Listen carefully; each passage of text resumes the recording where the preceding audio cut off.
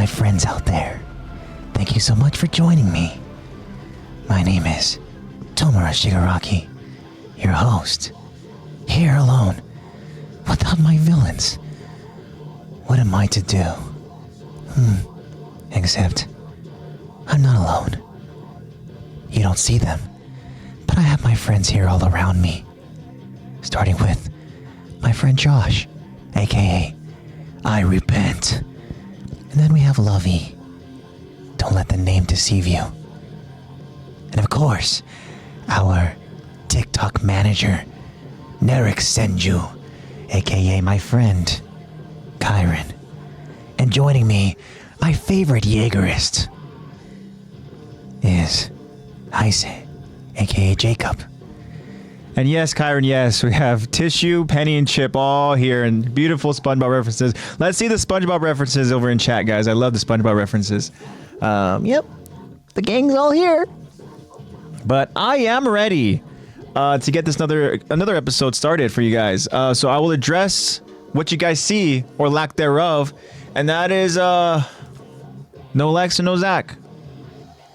Yeah. So pretty much, long story short, this weekend kind of very, very quickly just snuck up on me. Is mayonnaise an instrument? Yes, that is another good one.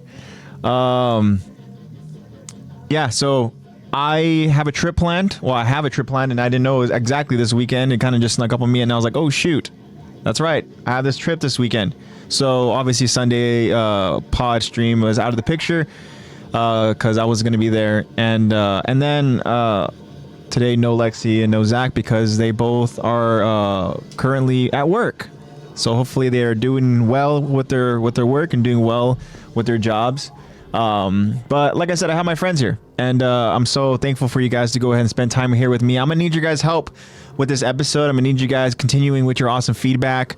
Yeah, this episode's gonna be a little bit different, guys, but we're gonna continue on with the story, and that is season 3, episode 13.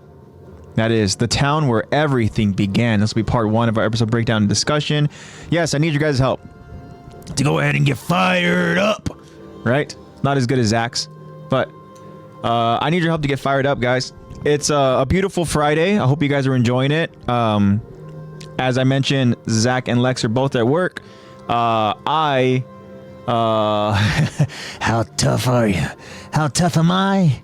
You got any bottles of ketchup? Don't call me Tommy. Love him. Yeah, guys. As I said, I got done with work earlier today, so I'm here doing this Friday pod with you guys. It'll probably be a shorter podcast episode because I don't have Zach and Lex to go ahead and go on tangents with. The SpongeBob podcast, yes! You know, every time you guys go ahead and you have a SpongeBob reference, I will do my best to try to emulate it and to say it and to bring life to it, because we love SpongeBob, because there's so much life to SpongeBob. SpongeBob is life. That's what it is, guys. But yeah, we'll continue on, guys. Because we know the scouts are heading back to Walmaria. They're heading back to Shiganshina. And as this says, this episode, the town where everything began. So we're going to be focusing on that, focusing on beginning the journey back to reclaim Walmaria. And it's going to be a hell of a journey. And today we're going to go ahead and start with some recap, I should say, from narrator the Armin. The campfire song, yeah. Let's gather around the campfire and sing our favorite song. Yeah, good stuff, right? And I'll let you guys follow up with the rest of the song. You guys know it. But my favorite part is Patrick with this trying to catch up to the freaking song. Beautiful episode. I mean, SpongeBob is just goated. That's what it is.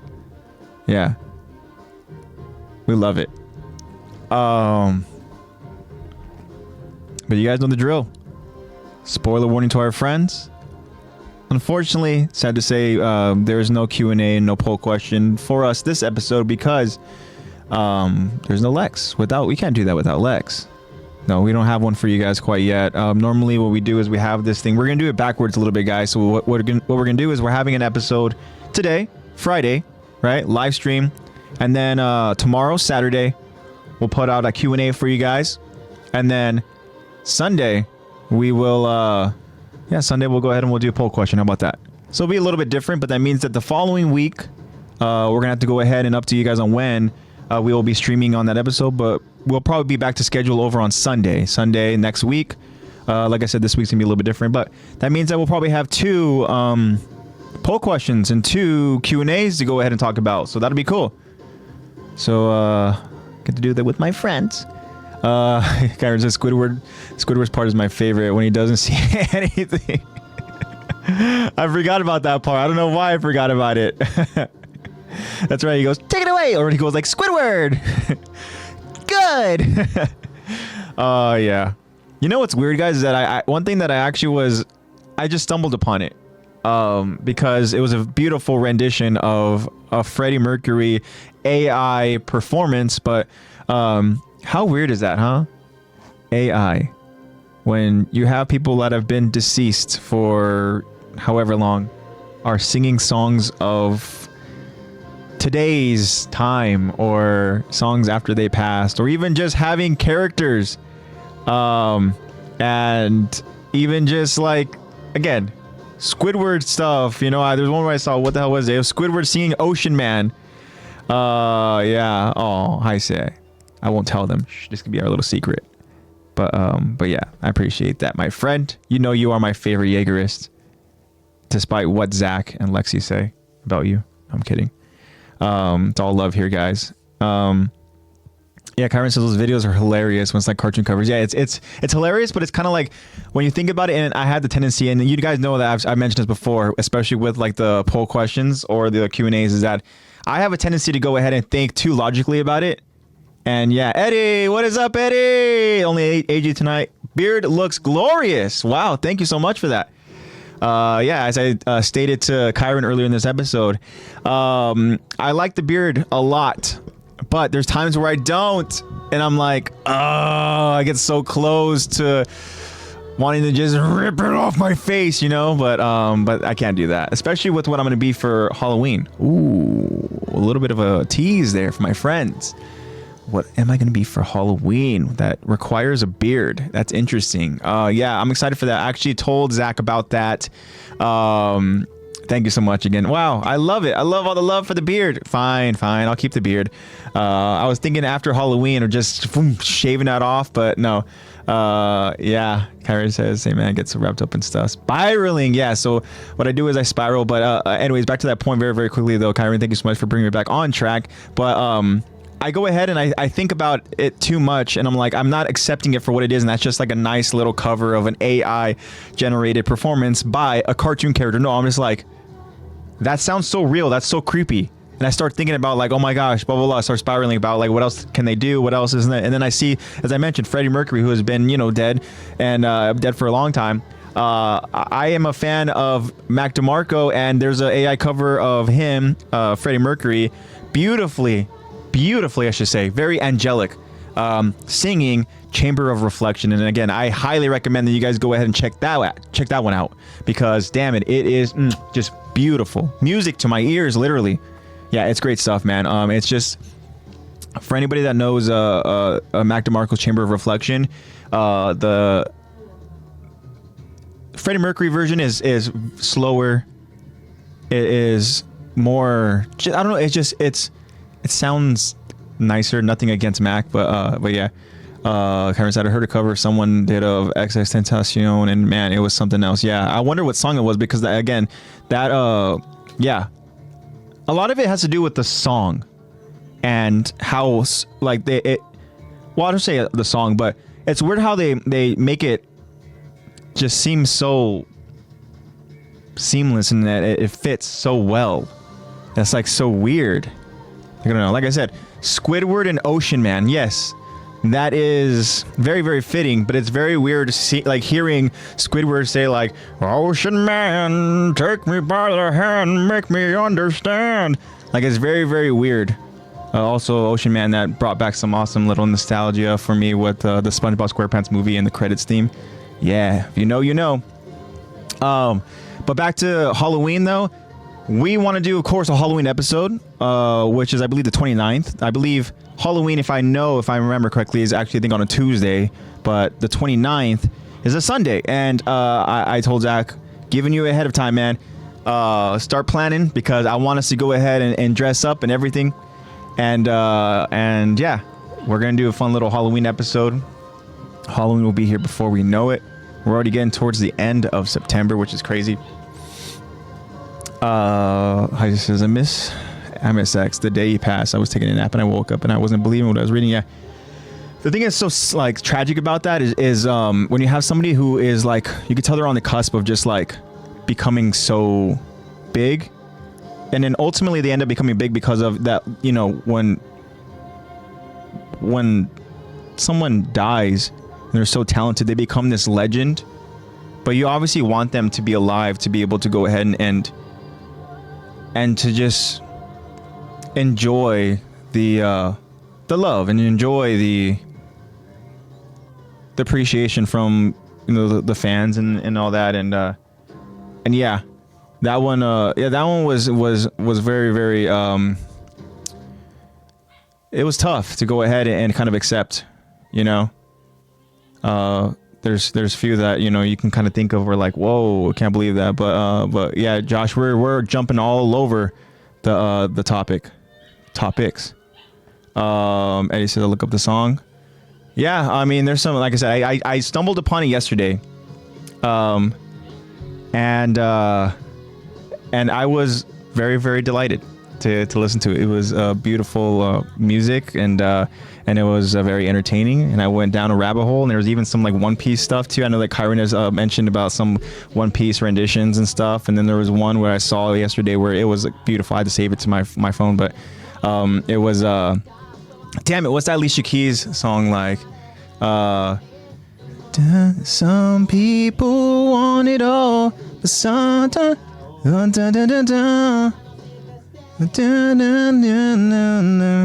I think it literally is just If I Ain't Got You, right? I think that's what it is, as I'm like literally singing it out loud. Yeah, 43 more days. And yeah, I think that's what we're talking about, right? With we're talking about the finale. Yeah, I Ain't Got You. Hey, Lexi's joining us here in chat, not in person. I miss you, Lex. Hopefully you're doing well at work. And what are you doing on your phone? Aren't you supposed to be at work? No, I'm kidding. We're so glad that Lexi's here to go ahead and join us. And Lexi, if you didn't see my phone, and I want to tell my friends here that the episode that we streamed last week, the OVA episode, OVA number 9, the glitch breakdown, is currently now available on all platforms. So I know there was a little bit of delay, but that's just because Nate is a busy man, as I mentioned before, and that was a freaking 3-hour long OVA episode. So, but it was some good breakdown. Kyron, yeah, if you couldn't, yeah. Oh, it got deleted. Oh, what the hell? That's tough. Damn. But yeah. What else we got going on today, guys? But anyways, like I said, we're all over the topics. But yeah, the new episode is available. In chat, it got deleted. Oh, okay. So you're trying to send a link in chat. Yeah, she's tried doing this before too with some YouTube videos, and yeah, it's weird. You can't send the link through chat. So Kyron, if you can, maybe send it over to the Instagram. Yeah, send it to the Instagram. I can go ahead and check that out after the podcast episode. But yeah, I definitely want to go and check that out. I mean, I can always look it up too. But if you can help me out by sending it, then that'd be very much appreciated. But good stuff, guys. Lexi, while you're here, Halloween podcast episode, October 29th. It's a Sunday. All right. I want us to dress up, and we're going to go ahead and do a podcast. I already gave Zach a heads up. Want to give you a heads up so that we can go ahead and plan accordingly. I know Halloween means a lot to you, Lex, and I know that you go all out, and I hope that we have some good costumes. I kind of gave a little bit of a tease about what I potentially could be. Not really a big tease, but it's just the fact that my costume is going to involve a beard. It's going to involve a beard. Yeah. It's going to involve a beard, all right. Yeah. Zeke? That's a good guess. Whoa! Spoiler. Guy calling Lexi manager. Calling her manager. That's what it is, Lex. Yeah, I think Lexi's having I think she does what she does well in terms of work. Oh, there you go. I am the manager. Yeah. But I hope you guys are all kind of planning your costumes and stuff like that. And I would definitely love to once we get closer to it and once we do once Halloween shows up. Hey, I want to know what you guys dressed up as. That'd be cool. Lexi, please hire me. I need a new job. I have Josh work from home. Do we need to do, Lex? But yeah. Alrighty. So it's too bad we don't have a poll question or Q&A, guys. That'd be fun to go ahead and do right now. But it's all good. Oh, there you go. Move to Cali. Yeah, Cali's cool. It's cool, but damn, is it hella expensive. Just do random one off the dome. Oh, okay. Like, anyways, I gotta go back to work. Keep popping in, Lex, whenever you can. Oh, Zeke from the Paths. Damn. Yeah, that's an interesting one. Grow out the nails. Off the top of the dome. I don't know for the Q&A. I know what we have planned for you guys for tomorrow, and I don't want to go ahead and say it quite yet. I want you guys to go ahead and find out tomorrow. Of course, it's going to be on theme with what we talked about last week with the glitch and the breakdown and all that. But damn, all right, Q&A off the top of my dome. Give me you gotta give me a moment here to go and think about a good one, for sure. If you guys have a Q&A, that'd be cool to go ahead and talk about. Yeah, unfortunately, Josh, this would be the episode for this weekend. There will not be one on Sunday, as I stated. I'm not going to be in town. I have a trip, and then yeah. So that's what this podcast will be for this week. But damn, Josh, you know what, my friend? I'm gonna need some help. I'm gonna need some help from you guys. I'm gonna need some help with coming up with a Q&A. Let's do that. Let's do that for this pod. We'll go ahead and as we break down what we talk about this episode, I should say, part 1 of episode 13, season 3. If we have any good Q&As, let's go ahead and let's talk about them. That'd be cool. Start thinking, guys. Let's start brainstorming. That'd be cool. All right. So without further ado, guys, while we go ahead and we brainstorm, I'm gonna go ahead and begin this Titan. Ooh, who's a Titan that is winning in a battle royale? That's a tough question. But the first one that comes to my mind is hold on. Before we go ahead and even say, are there any Titans that are off limits? Like in a battle royale, are we including all Titans, every iteration of a Titan, out of the special Titans only? Okay. I haven't watched Jujutsu Kaisen. Yeah, I was thinking how we feel as we made our way. I was thinking how we'd feel as we made our way to Shiganshina. Damn, that's one too where it's like, for me as an empath, I want to answer these right now. Yeah. So, starting with the Titan that wins this battle royale. Ooh.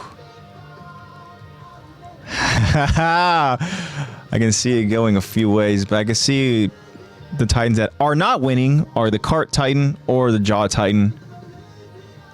I don't even think the Warhammer Titan wins because of what we just saw from the Warhammer. I mean, granted, it's all dependent on the user and who, and how they're able to go ahead and fiercely compete in this battle royale. But yeah, what do you guys think? Because Heist is saying he thinks the Attack Titans. I'm kind of stuck between. Do we include the Colossal's transformation? I think we do, because we are including Special Titans only. So I think one that is off limits is, see, I was gonna say, I think I'm stuck between the Colossal, and I'm actually stuck between the Beast Titan. I don't know why. I could be wrong there in my thinking here. I just feel like the Beast Titan, again, it's all dependent on who the user is. But Warhammer's second in Chiron's eyes.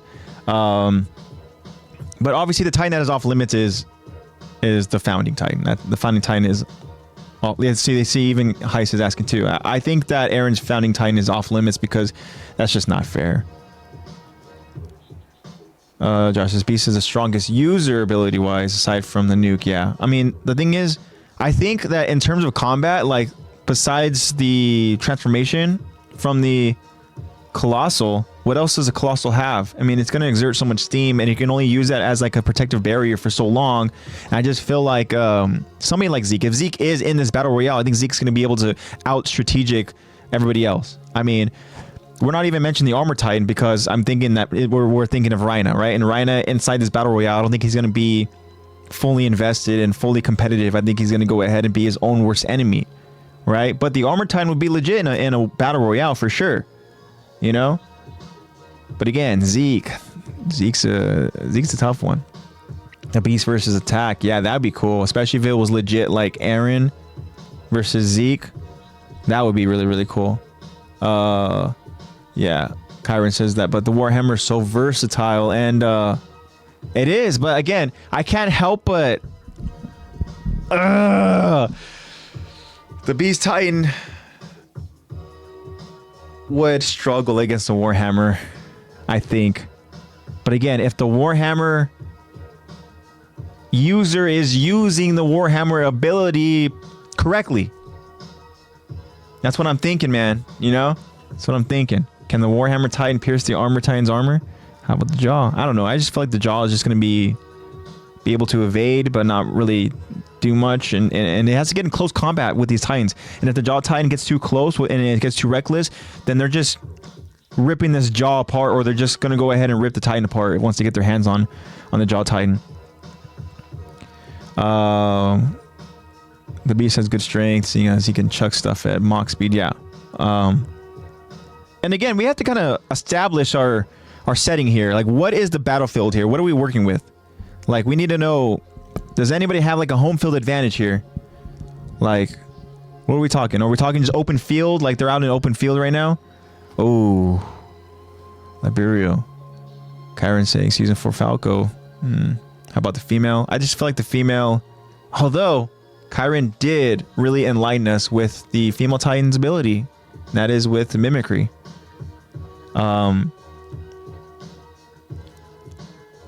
One thing I will say though, I think that there are a lot of these special Titans that we haven't seen their abilities used in their full potential. Like, I feel like the female Titan is a Titan that has so much potential to do some damage and really be a force to be reckoned with against the Titans. Like, we already know the female Titan is a force to be reckoned with, I mean, against humans, against scouts, you know? Like, the devastation, the bloodshed. We should go off users. Damn. Give me my guy Zeke all day. What if it was like all-time users? But then I'm thinking of Founding as well when I say all-time. He's just too smart and has the reach advantage with them. Yeah. I agree. But like, we don't know what Eren Kruger can do in a battle royale. We don't know what Eren Kruger can do. Grisha, I don't think Grisha's going to fare well in a battle royale. I feel like Grisha is just going to try to be very, very tactical about it. AOT Smash Brothers, yeah. That'd be really cool. Damn, yeah. It's a tough one. But I'm going to stick with my gun. I'm going to say Beast Titan. That's my answer.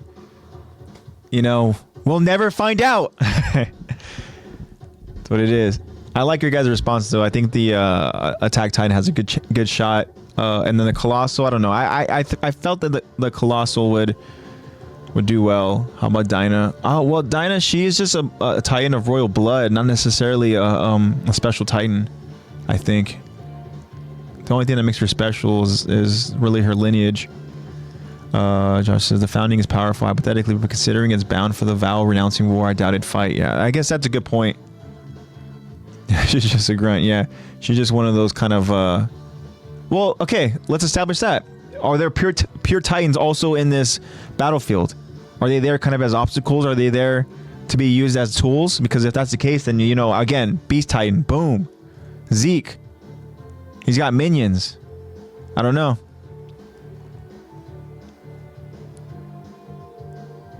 Like, think about a full-on battle royale. It's just a full-on all-out war with pure titans running around.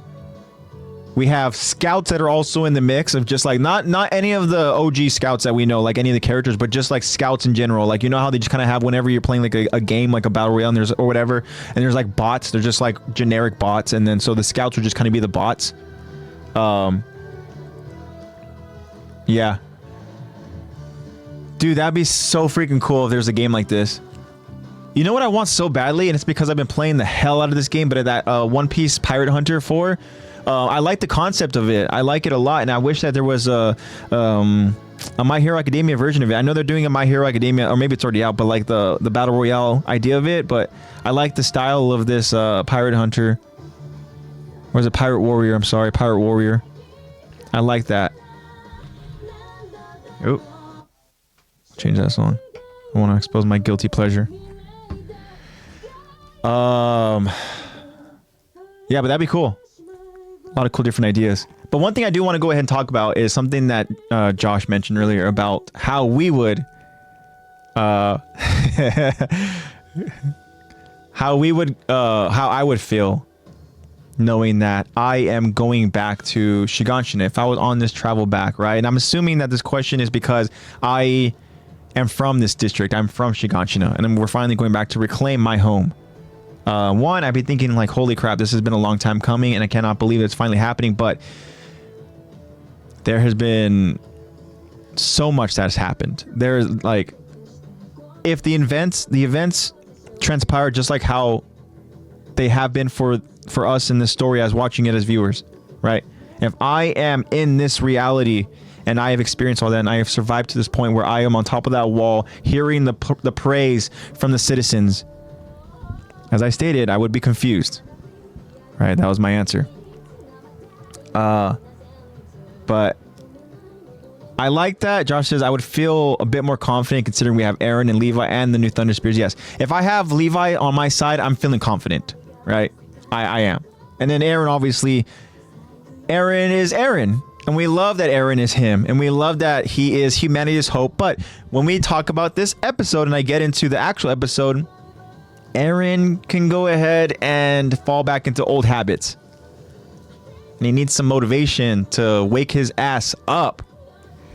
I said I just help Eren with the rumbling. But you have to survive the reclaiming of the wall. That's the thing. I say we can't just go ahead and just like, okay, I'm going to go ahead and just be here with Eren and just survive through this battle against the Beast Titan and the Armored and the Colossal. No, if you want to be a part of the rumbling, you have to survive that, my friend. But I know that you would be fighting alongside Flock. I know that. And if Flock survived, hey, if you're right there next to him, that means you might survive too. So, to your point, maybe.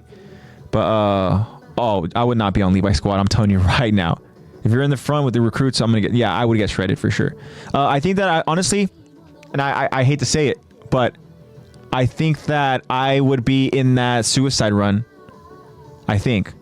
But again, if I'm an OG in this recruit class with Eren, Armin, Mikasa, Jean, Connie, Sasha, even, you know, Bertold and Reina, you know, then I think that I am inside the wall, right? Which means that I'm getting demolished. I'm getting, like, blown up by... Yeah, I'm getting nuked.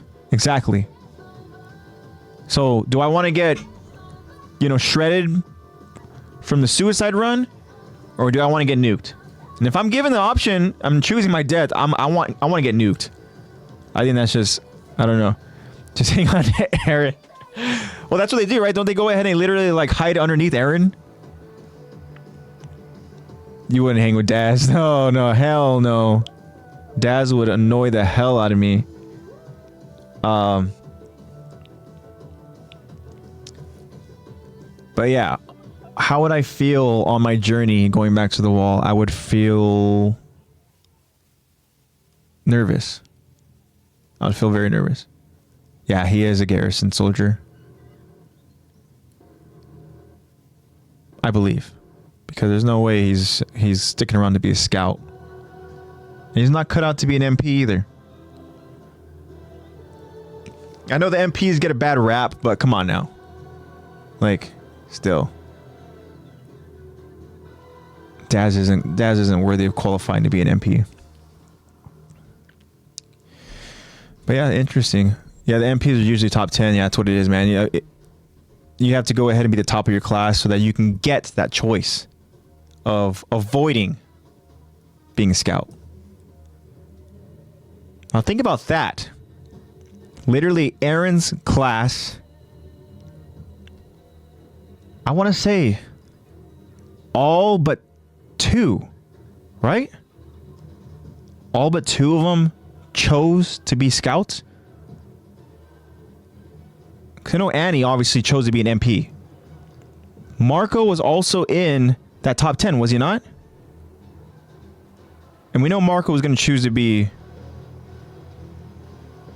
Marco was dead set on being an MP. And then John, he was on the fence. You know, I guess through process of de-elimination, if Marco stays alive, that means John also goes to an MP. So that means, I guess, 3 out of the 10. And think about how that story would change. I feel like Jean would be even more insufferable. He's already very entitled. If he was an MP and had that MP mindset, oh my gosh, Jean would be one of the most hated characters in Attack on Titan. Yeah, that'd be brutal. I'm glad. I guess in a sense, I'm glad Marco died. Yeah, I hate Jean. Marco didn't make it to the graduation, so just Annie. Wow.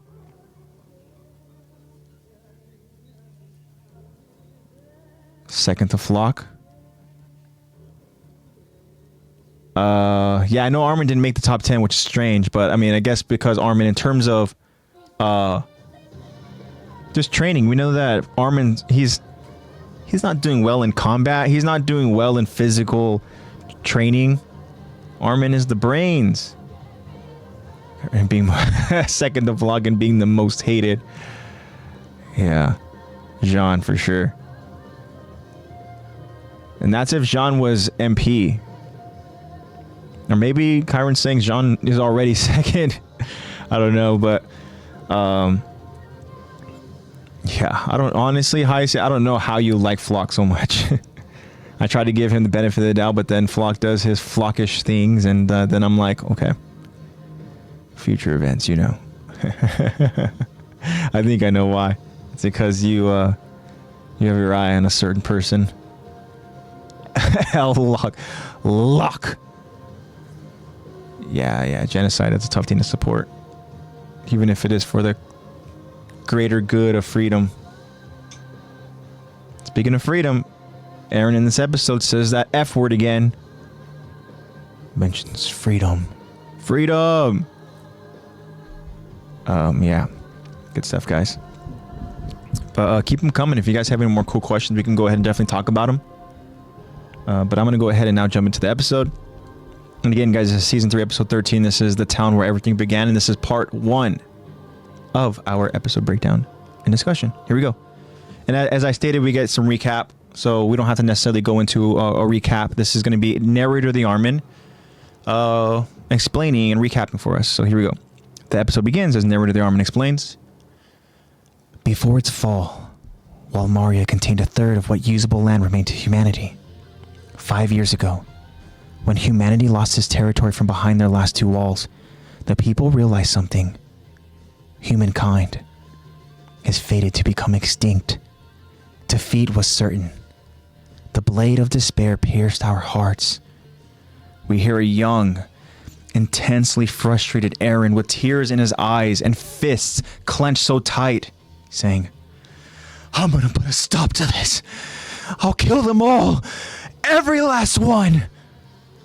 And narrator of the army continues. But then, someone grasped that blade and wrenched, turned sorrow to rage, and lashed out at the Titans, striking the monsters down with earth-shaking force. When humanity first saw this, what was in their hearts then? And some, a stalwart pride, As we see Mikasa. and others, newfound hope, As we see Armin. and some, beat with that first warrior's rage. As we see Eren. So if Walmaria were taken back, what would the people feel then? Would they finally start to believe in mankind? And the fact that we deserve to live? Would they see at last that our fates are for us to decide? Would it be enough to give them faith? If we could reach Walmaria and take it back? Interesting. Now, these are some interesting sentences that we're getting here from narrator the Armin. As we get a recap too, we talk about how important Walmaria is. And from the looks of it, obviously, if anybody goes and pulls up a picture of the walls, we understand that Walmaria is a large area, it takes up a lot of that land, as stated here by narrator the Armin. So to lose that, again, that's very, very critical, right? Or should I say, it's just something where it's like, damn, they resources were all lost. Shoot. I mean, we saw what it did to the people. The people began to go ahead and literally start almost war amongst themselves.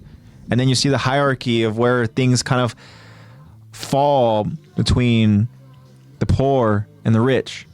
The rich do not want these people to go ahead and start finding refuge over in their walls. You kidding me? And then all of a sudden, you add Titans to that mix. As we start getting those breaches, things start getting crazy with Ragaku. And then there was that female Titan, an attack Titan battle over in Stohes in Walrose. There's so much that happened, right? And it's crazy, guys. I mean, it's crazy when I think about the domino effect, and then in such a short period of time. I cannot believe still that a couple episodes ago, as they are enjoying and celebrating by feasting over on steaks, Connie literally tells them, like, 5 months, or I think it was 5 months, since they, became scouts. And then they quickly shot up the ranks to become the new Levi squad. 5 months. And Josh says, yeah, they got a ration too. Yeah. And yeah, it's absurd to go ahead and think about, but there's so much that happened. And in the epicenter of all of that is Shiganshina. So it's why it's so important that they're obviously now finally heading back to that district. And it's crazy too to know that you literally already have our 3 antagonists, the Beast Titan, the Armored, and the Colossal, are just sitting there waiting for them to arrive. Now, I don't know how much time took place between, when the decision was made to finally go back and the preparation and stuff, and to where the 3 of those characters with Zeke, Raina, and Bertold being able to kind of like plan accordingly. I don't know the time frame, but I don't know. Doesn't sound good for the scouts. And Josh, you're right. The Cart Titan. The Cart Titan's out there, being very stealthy. Just relaying information, I would imagine, over to Zeke, which is why Zeke's able to kind of have the upper hand.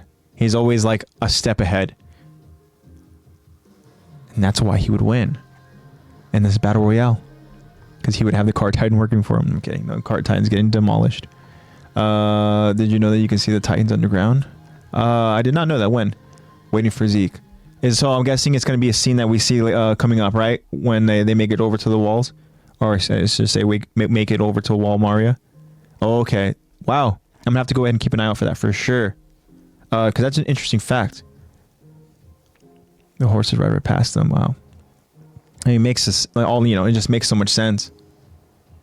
Because in order for Zeke to have them get transported all there, like, no, they didn't get transported. They were already there. So, and I'm like, okay, logically, in order for them to transform and be in that certain place, they would have to be humans. But obviously, Zeke didn't do that. So, wow. This goes to show, again, like I kind of stated about how Zeke and well, really, probably just Zeke, is just planning for the arrival of the scouts and planning for the arrival of the coordinate, Eren. Obviously his brother, who he knows he needs to go ahead and take with him to Marley. That's why Zeke, man. Zeke, he's a tough one, But yeah, so again, with Narrative the Armin, we understand again how crucial that territory and that land is over in Walmaria. But then we talk about pretty much the consensus, like, feelings in regards to those monsters, right? Is it with humanity? They essentially go ahead and accept them as they're basically dead, right? As soon as those walls go down, they're all gonna die, right? We hear early on that, like, Eren refers to the people inside the walls as cattle. We're all just cattle, right? Waiting to get slaughtered. The mindset was just, if these walls somehow break, humanity will fall. Humanity will be gone. So that's why I like it when we have Narrator the Armin asking questions like this, where it says, when humanity first saw this, what was in their hearts then? Right? And again, he's talking about that in regards to humans fighting titans. And like I said, prior to that, if the walls go down, we're dead. We can't do anything. Well, guess what? Part of the wall goes down, and they start seeing, like, scouts fighting for humanity against these monsters. What was in their hearts then? And again, we get a cool kind of way of describing of our three characters that we love so much, in Mikasa and Armin and Eren. Hey, SP, what's up? So SP says, I can't stay on to listen tonight, but I just wanted to jump on and say, hey, I love you all and have a great weekend. Thank you so much, SP. I hope that you have a great weekend too. We love you so much, and we hope that we get to see you here with us on Sunday of next week. We'll be back Sunday. This week is just a little different, but SPs appreciate the love so much. And yeah, we'll see you soon. I said my favorite scene is when Zeke tosses Eren the baseball and he doesn't catch it, showing he doesn't agree with the plan. Yeah. The weird kind of what that really kind of shows, I guess. Of like, I guess that's what he's showing, is that Eren doesn't agree per se, but also too, wasn't there something about them obviously not being able to go in touch? I know that Zeke even says like I would shake your hand right now, but he understands he can't do that yet.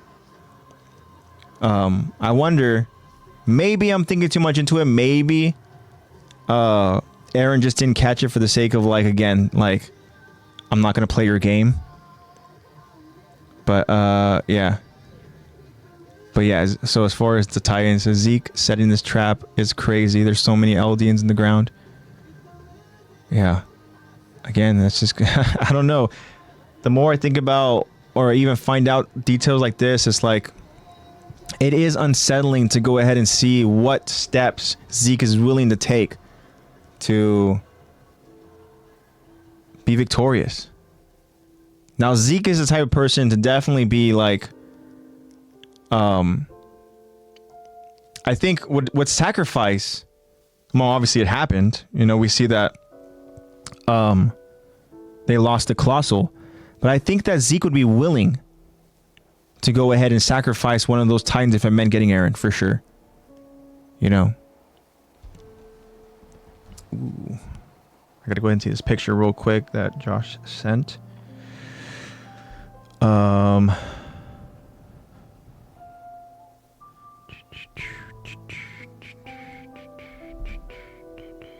Ooh, Kyron also sent the link. Perfect. Oh, shoot. Damn, Josh. How the hell did you see that detail?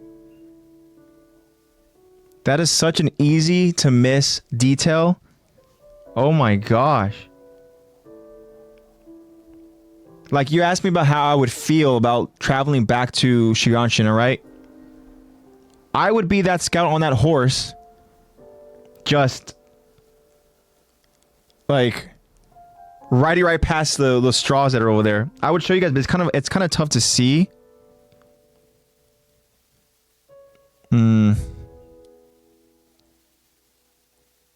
Yeah, it's kind of tough to see. Yeah, I wish I could go ahead and find a way to go show you guys. I guess I can go ahead and always send it to... Yeah, I'm going to send it over to Jacob as well. And if anybody else wants to see it, let me know. I can send it as well. But, yeah, so I sent it to Jacob. So you can go ahead and see. You have to zoom in a little bit to go ahead and see the straw that Josh was talking about. And it's such an easy to miss detail, but it is a beautiful detail. My gosh, yeah, that's a great detail. And that is something that Zeke thought about. How crazy is that? The hell? But yeah. So going back to kind of here with narrative of the Armin and describing our characters, I mean, shoot. He talks about pride, right? We see Mikasa. He talks about hope. And we see Armin. Talks about rage. And we see Eren. And then we get these questions. Armin, narrator of the Armin, excuse me, says, if Wall Mario were taken back, what would the people feel then? Would they finally start to believe in mankind? We saw that they started to believe a little bit. Maybe they weren't fully believed. Maybe it was just a small dose, a little admiration that they showed the scouts when they were kind of like celebrating them on their send-off. Maybe that wasn't hope, I don't know. But would they start to believe in mankind? And he says, in the fact that we deserve to live. Again, as I stated, these people were like, damn, the walls go down, we're dead. I think that mindset has changed now for sure. And said, would they see at last that our fates are for us to decide? Now that's something that's interesting there, that specific quote.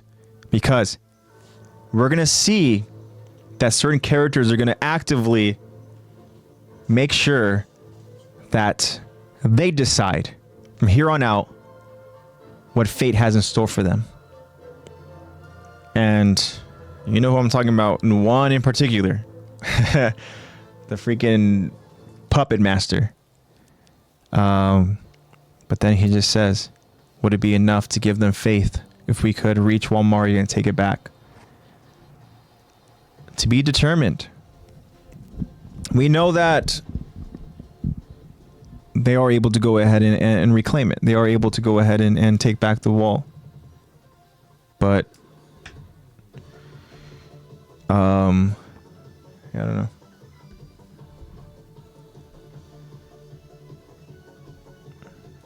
Very, very cool. Wow, that's a very, very cool detail for sure. I like it a lot.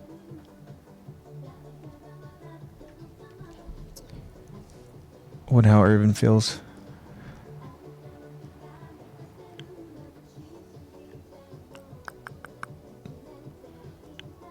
how he feels about what exactly again? I lost my train of thought a little bit. Sorry. About heading to the Shiganshina, I'm guessing. I would imagine anxious as hell. Yeah, like you said. But I think that this is something that Irvin has been craving for so long. So here's the thing with Irvin though, is that one, they're going to reclaim, right, this territory that's so important, but also there is that important detail of the cellar. Now, I guess you can argue that's the only reason why they're going back is to the cellar, right? And I think that would be factual. That'd be true. That's the only reason why they're going back. There'd be no other reason to go back to there.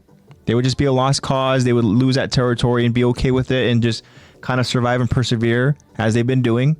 But I think that that Irvin is anxious, as you said, Josh, but also excited. Well, I guess maybe anxious and excited is kind of the same term, but knowing that this is something that he has been fighting for his whole life after his father died, like that is something that has motivated him to become a commander, right? So that he can go ahead and lead these expeditions, so that he can go ahead and get that much closer to the truth. Yeah, Irvin is I feel like the closer he gets to Shiganshina and that cellar, definitely the more anxious he gets. Yeah, there could be definitely a sense of confidence because again, we saw how some of the scouts reacted to Irvin and him getting really juiced up and excited and motivating the citizens who were praising them, or I guess to say giving them, you know, the support. Some of them were a little confused by it. Some of them were caught off guard by Irvin's confidence. But yeah, I think that maybe Irvin does feel confident, even though Levi was so adamant about making sure that he does not even attend and be a part of this mission. But yeah. And to answer your question, I say, I think Irvin is a man of principle. He has morals.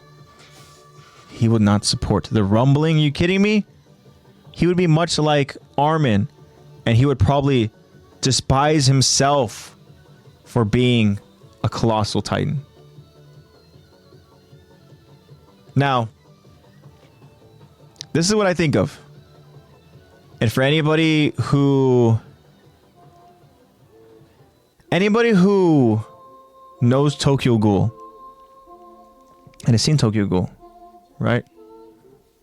The character that I really enjoy, and I don't want to say too much for people who haven't seen it, but I believe his name is Amon. And something happens to him that changes his mindset. I think that would be a similar thing with Irvin. Irvin now would have this mindset of like, wow, I have become the monster. I have become this force of destruction. But yeah, who knows? Josh says Irvin would join with Marley to save the world. Yeah, at this point where we're at in the story, he's definitely taking part over in this battle to shut down Eren and his genocide.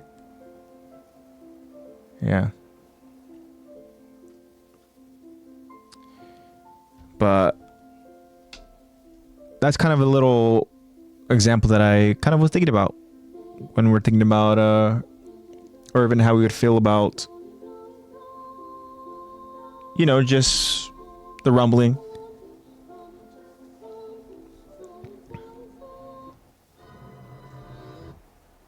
Okay, there it's going. All right. Josh, if he's so obsessed with life being outside the walls, why would he try and eradicate that? Exactly, yeah. I mean,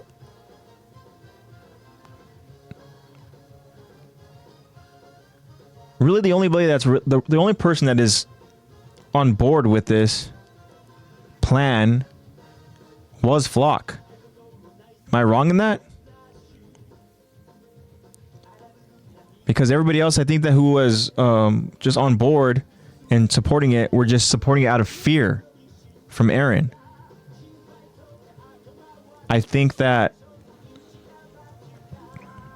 Jean? That's Jean for you.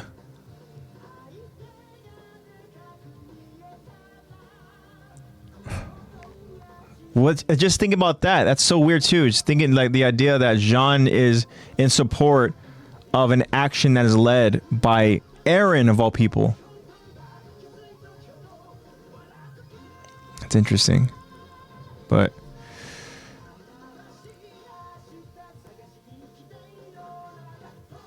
obviously the majority of our characters here, genocide is no bueno. But Irvin most definitely would not be in support of the rumbling. Think about how difficult it'd be for Irvin in that moment, in that scene where our beloved scouts, our beloved soldiers, I should say, that drank the wine and became Titans. Inside, where were they at? I want to say it was over in Rose, where Pixis and Nile all became Titans. How difficult would it be for Irvin to go ahead and have to kill them, or let alone just witness them becoming these monsters? Yeah, that would be that'd be tough. I even hate seeing Pixis in that still that moment we get when he's just looking up, trying to go ahead and reach for these soldiers, and it's just Pixis.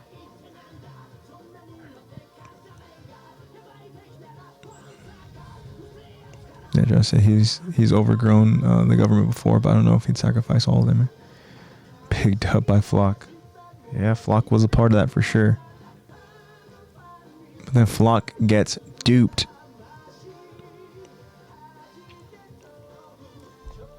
All right. So I'm going to continue on, guys, with the story. So now we're pretty much over in present time here with our scouts. And it says, as the scouts travel back to Walmaria, it's night. And the scouts are carefully traveling in the dark. As Captain Levi has his resting bitch face on, a scout behind him trips and falls to the ground. Captain Levi turns around and tells a soldier, "Slow down. Make sure the ground is lit." The soldier responds, "Right.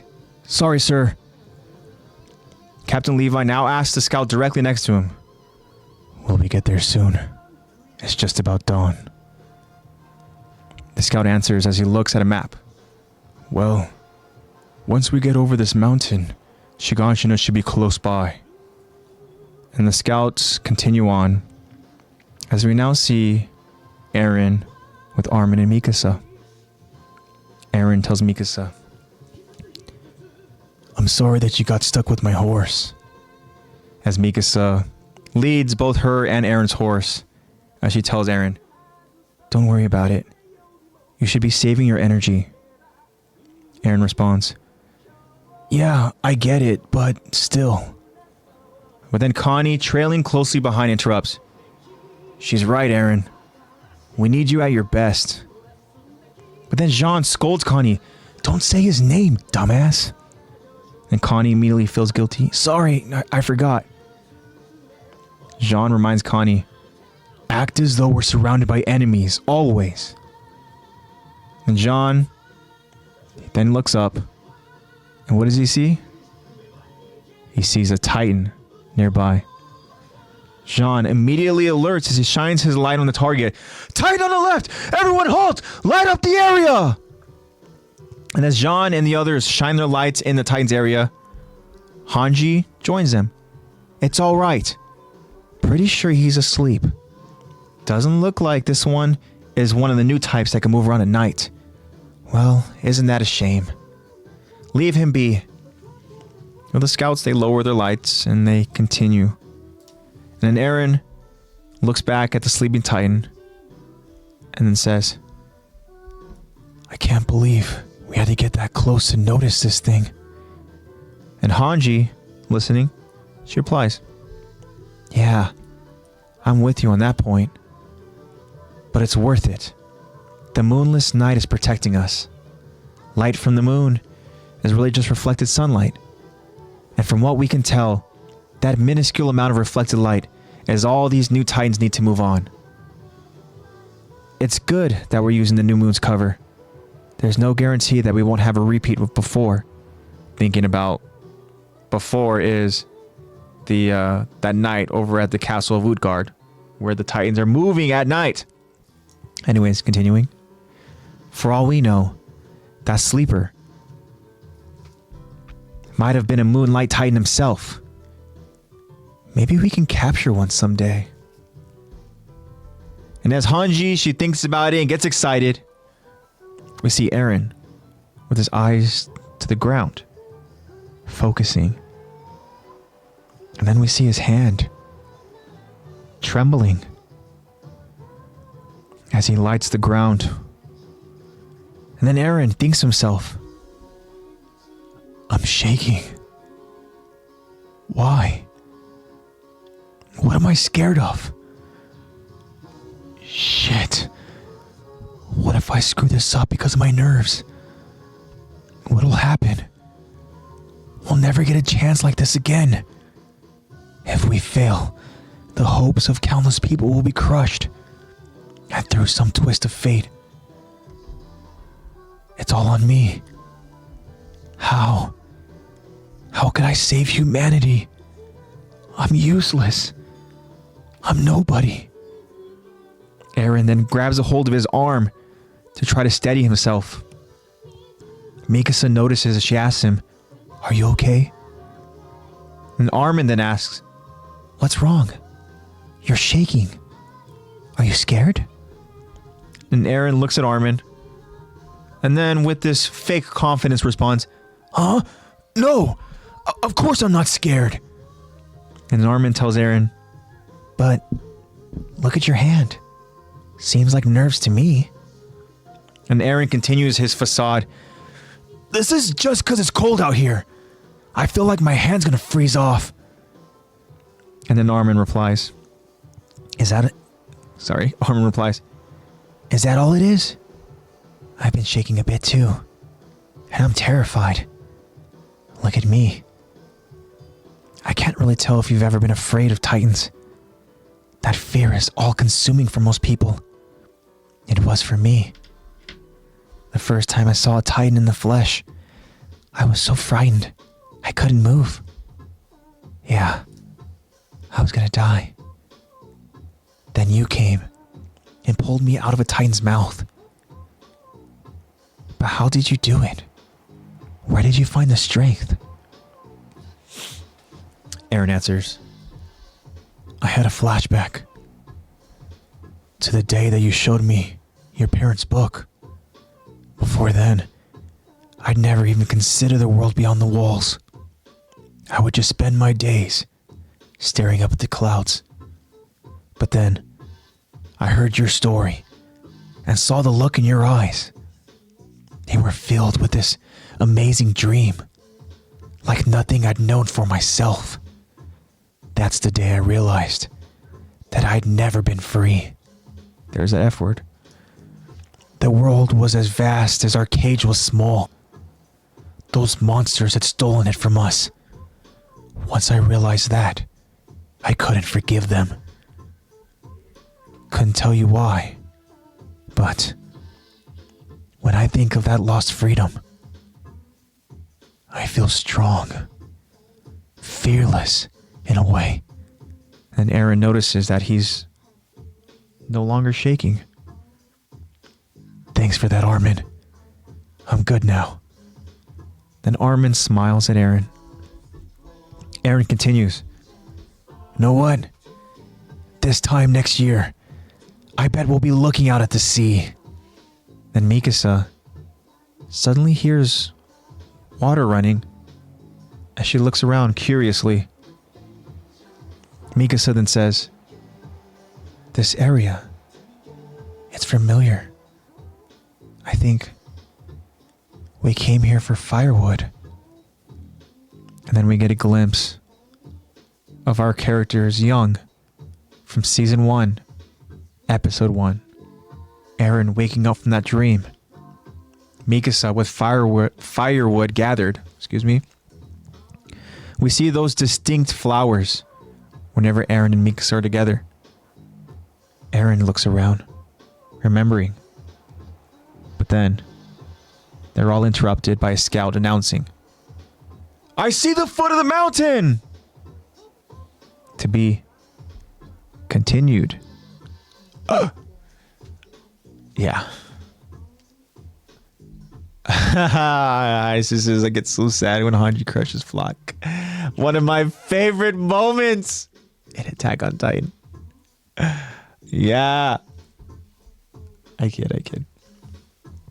You heard the Tokyo Ghoul music. Yeah, we got currently some cowboy bebop going on with Edward. Sleepy Titan. Okay, so Sleepy Titan. Let's talk about the references of Sleepy Titan because it's something that Hanji, who obviously she knows her Titans. This Titan scares the crap out of Jean, rightfully so, because you guys are traveling. SpongeBob references at night, right? Yeah, they're over traveling in the dark of night. And it's already terrifying. We talked about it with last week with the glitch frame by frames, and there was that weird frame of like Titans kind of hovering and gathering around you, looking down at you in this darkness, just with their evil smirk, right? And again, I told you guys what I thought about was with when they were traveling over at night, trying to go and see where this sudden breach is, right? And then Gelger all of a sudden starts panicking, and that's what he pictures in his mind. He starts picturing them surrounding them in this dark and just like smiling at them like, "Oh yes, just any minute now, I'm gonna go ahead and we're gonna kill you." Like the mind starts racing. And here they are again, traveling at night. And they see this Titan. And it's asleep. Thankfully, Hanji's able to go ahead and kind of calm him down, saying it's not one of those sleepy Titans. Or I should say, it's not one of those Titans that is active at night. And let's talk about why. Why they were that active. 2 words, right? 2 words. We've talked about them so much in this podcast already. Beast Titan. Beast Titan is the one that was able to go ahead and make these Titans active at night. Am I right in that thinking? Because in that scene, we see the Beast Titan who is literally climbing over on the wall, right? Sitting down, just watching and enjoying what he just created and what is, in his eyes, going to be the destruction of these scouts. And obviously, we get that sudden arrival of the Jaw Titan, which was awesome. Loved it. You know, Ymir, she's badass. Hate to see her leave. Don't know why she left. Pisses me off thinking about it. But she's gone. But those are the Titans I'm guessing that Hanji is referencing. Is those Titans that are moving around at night trying to go ahead and get after him. The ones that killed 2 very strong allies in Gelger and Nanaba. And yeah, that's another. Those are some more sad deaths, for sure, because you have a character that is so mentally strong, and Nanaba get literally broken to the point where she's like transferred back to freaking her like youth, where she's like pleading to her father, like dad, father, I'm so sorry. Like she got that fucked up mentally from those Titans, from Zeke. Prior to that, whenever we saw Nanaba, she was this very stoic, fierce, confident leader who was so good at just maintaining morale, keeping everybody upright and focused. She was another person that was leading these scouts in the dark. She's literally crying for daddy. How fucked up is that? And then you have Gelger, like Josh is saying, where his motivation is what? I just want to drink. Please, there's so much to ask for. God, what kind of cruel joke is this? When he finally finds a freaking bottle of alcohol. I'm guessing it was some sort of wine, or maybe they said it was something else, but that shit was gone. Couldn't even pour one out for the homie. And then they died so tragically. Nanaba pretty much like Mike, getting shredded and ripped apart. And then I guess thankfully Gelger got freaking knocked unconscious when he got ripped and pulled and he fell and he hit the side of the freaking castle. I guess maybe good for him, but you lose two important pieces right there because of Zeke. Damn, dude. We're really giving Zeke his flowers in this episode, huh?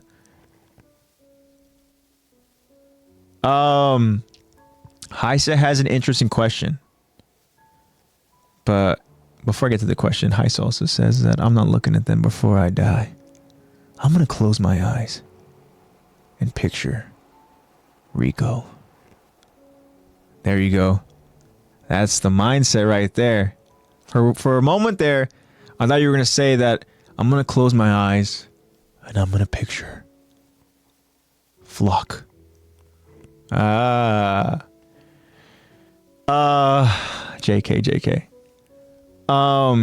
But back to Heise's question. Yeah, so he says why says why is Ymir's Titan very small? And that's a great question. I think a good question that kind of like I can piggyback off of it is why did Ymir's Titan form not change at all from her pure Titan form? I should say her Jaw Titan form changed from her pure Titan form. Because we see that when we go ahead and we go to those episodes where we talk about Ymir's story, right? And how she ended up joining the Scouts. And we understand that her childhood or lack thereof was very, very difficult, being homeless and then getting scooped up by these members of the church to go ahead and praise the Order of the Walls, I believe, of their... Pretty much they go ahead and name her Ymir because Ymir is the founder, and they go and they praise this child, but then once all hell breaks loose and the freaking, essentially the police go ahead and they raid the church, they all point the finger at the girl, at the little girl. And what does she do? She buys into the fake praise and the fake support, and she goes and she's like, you know what? These people love me so much that I'm going to go ahead and protect them. I'm going to stand up for them. And she does. And for what? All those people just sold her out like that.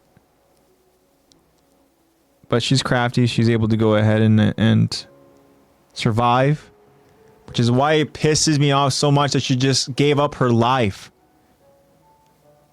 I've been on record to say before, guys, that is my biggest pet peeve in Attack on Titan, is the fact that Ymir was so willing to just give her life to Reina and to Bertolt because she accidentally murdered their friend, Marcel. Like, I think about how the story could have been, and obviously we know that, yeah, I understand she felt obligated. That's her way of kind of like, because they didn't get, because she saw that Reina and Bertolt lost, they didn't get Eren, so here, I'm the consolation prize. Nah, hell no, fuck that. No, you don't get a consolation prize. You guys lost. I'm gonna go ahead and chill with my friend / lover, potential lover, in the Queen Historia. Think about that. She could have been sitting there pretty with the Queen. She would have been the Queen's like primary defense. Now, I'm not going to say the scouts wouldn't have used her in war as an ally, but I think that if Queen Historia tells her subjects, that's probably not the right term, but tells the people, the citizens over the walls that, you know, hey, I don't want her to be a part of this war. I want Ymir to be here with me and protect me. I think they'd be okay with it. Be like, all right, fine. The queen said, all right. And yeah, Josh says because they saved her from that nightmare of being a pure titan of 60 years. Yes. Yes, they did. But I don't think that she should have just given up her life so willingly. I think about her, even though she said that she doesn't have a future, that they don't have a future. Talking about her and Historia, they don't have a future in that wall, in the walls. She was so wrong. And it's so sad to see her. The next time we see her, she is there over in that ritual that they usually do where she's tied up and being prepared to get eaten by Porco. Damn. And think about that. And again, am I wrong in thinking that the reason why Marcel was in that position to begin with is because of Rhina? Am I wrong in that? Is Rhina the catalyst of all this? Did Rhina cause Marcel to go ahead and get eaten? No. Actually, when I think about it, Marcel saved Rhina. So I guess, in a sense, Rhina is to be blamed, but Marcel risked his life to protect Rhina. And that made Rhina go crazy with his mind, where all of a sudden now he's this leader trying to be Marcel. But damn it. That's my biggest pet peeve. I hate it. I hate it so much. Yeah, Rhina wasn't even supposed to be there, yeah. I believe they just stopped to go ahead and set up camp and go ahead and kind of plan for what the step was going to be. But yeah, definitely. Rhina was not supposed to be there because Marcel was protecting his brother Porco. So that means that Porco would have been the armored. I guess in a sense he does get armor, but this time it's in a Jaw Titan form. But that'd be interesting to go ahead and see that. Now, let me ask you guys. If Porco was there over in Island of Parody doing this mission and not Rhina, Rhina's still over at home. He wasn't cut out to do this. Do Porco, Marcel, Bertolt, Annie, do they get the job done? Do they get it done? Are they able to go ahead and take care of business? I don't know. You guys let me know. I think Rhina did a good job of blending in. Porco probably would not be as willing.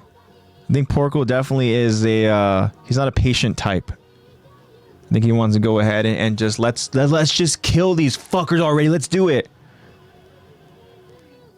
Yeah, I guess. Yeah, you're probably right. Says Josh says probably not. The founding titan would be drawn out, which was their goal. Yeah, it's true.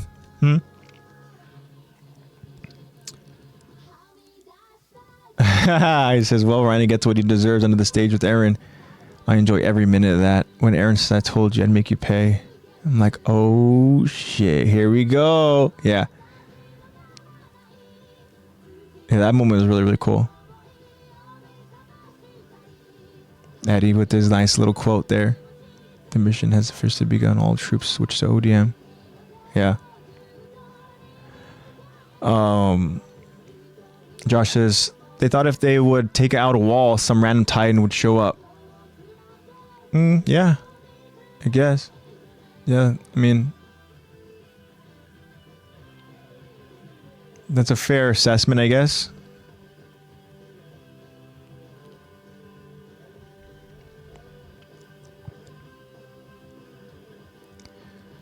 I wonder do we ever get to see what Marcel's Jaw Titan looked like? We don't, huh?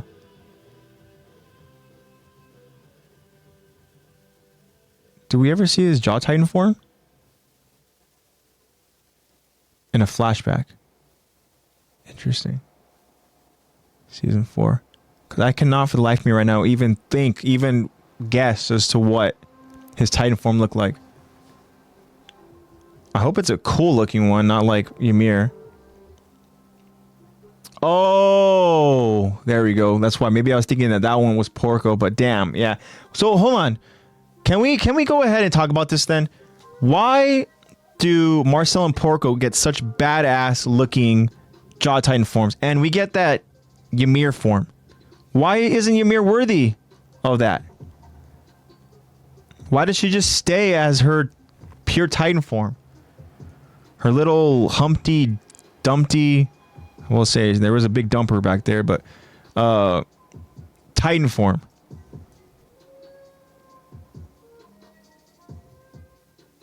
I guess. You know what I was thinking too is that like the reason why they did that is for the sake of the story. Right? I was thinking that the reason why Ymir doesn't change her form and her look and her appearance is because we want Reina and Bertold to recognize her Titan form. Because if she changed to a different Titan form, then they're going to be like, oh, this is just another Titan. This is a new Jaw Titan.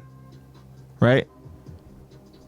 I think that because it's the same appearance as when Reina and Bertold saw Ymir killing Marcel, then I think that the purpose of her not changing her appearance is so that they can recall and remember. That's what I'm kind of thinking for the sake of the story. But it could just be as easily as like, you know what? Hey, you've been this Titan for 60 years. You're not changing appearances at all. Which, damn it, that sucks. Yeah, I say, who the hell is Marcel? Well, yep, Galliard, yeah. That would be our character Galliard that we do not even really see a whole lot of. Maybe the same with Frida because her founding Titan looked like a pure, so maybe it's a gender thing. I don't know. Maybe. That's a great point too. I never really thought about it in that aspect of just the whole kind of gender aspect of it. It was just like even we kind of speculated like if the female Titan gets consumed by a male, what does that mean? Can a male become a female Titan? I would imagine no, but what does that do to the person then? Does the female Titan become extinct and now we just have our new Titan form from a male? And in order to become that Titan again from a female, the female would have to go and eat it? If a female goes and eats the... God, I don't know. The whole gender aspect of it is interesting, isn't it? Yeah, it could just be a matter of compatibility. Great point. Stuff I've kind of speculated a little bit. I know we've talked about this before over on the podcast where it's like, wow, if the female Titan, can the female Titan be from a male user? I don't know. Now, what if it was a male? Like, what if I ate the female Titan and then I am me, but whenever I transform, I become a female? That'd be weird. That'd be really weird. Because then when I revert back, I'm back to being me. That'd be good for me to go ahead and stay hidden incognito style. They'll never know the male Titan yet. I'd probably go ahead and transfer into the female Titan. Yeah, I don't know. But that would be badass though, because then I get the mimicry. That mimicry ability.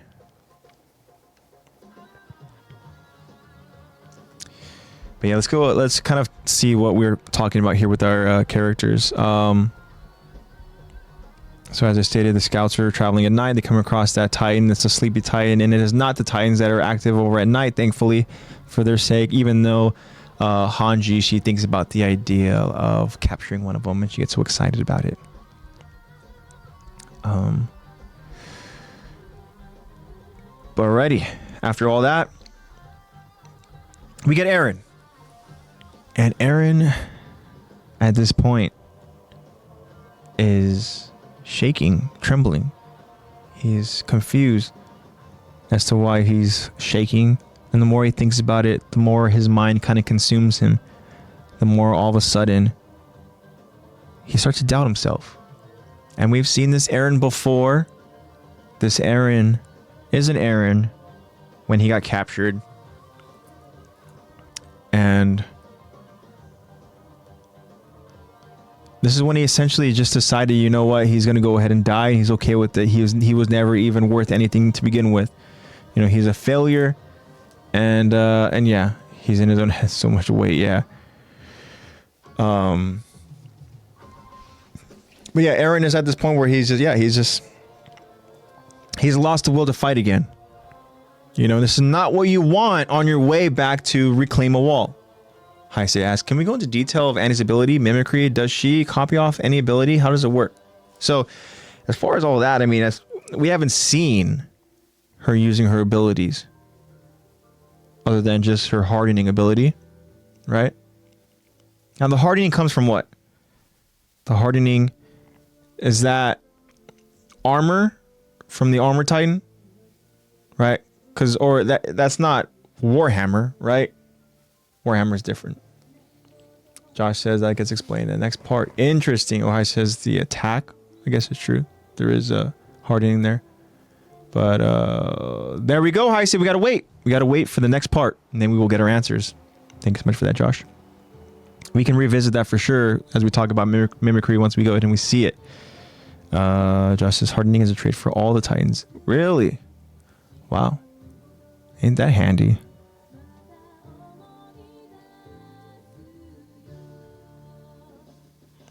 Does the beast use it? Does Zeke use hardening? I guess for his nape, right? He uses it for his nape. Yeah. You're right. Yep. Fight with Levi. Yeah. But yeah, so Eren, he's lost the will to go ahead and fight. He's talking about like, what the hell's up with me? What's up with my nerves? What, like, oh my God. And then now he starts thinking like, wait, what'll happen? Oh my gosh, we won't get a chance like this again. If we fail, the hope of countless people will be crushed. And it's all on me. How can I save? That is my alarm again. So go ahead and work out. Yes. After the pod. But yeah, it's the same thing we've seen before in past moments here when like they tell Eren, if the plan goes south, you need to go ahead and step up, right? You need to do this. You need to do this. And Eren has the brave face, is like, yeah, I can do it. But once the moment asks for it, what happened? When he had to go ahead and deal with Annie for the first time. Well, not for the first time, I should say. When they tried to go ahead and trap her. And she was very, very prepared with the little ring.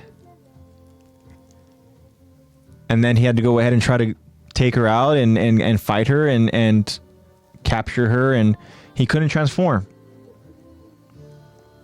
We've seen moments like this from Eren. And this is another moment where it's beginning to happen. He feels the weight of humanity on his shoulders. Right? He says, how can I save humanity? I'm useless. I'm nobody. I lose that confidence. But then,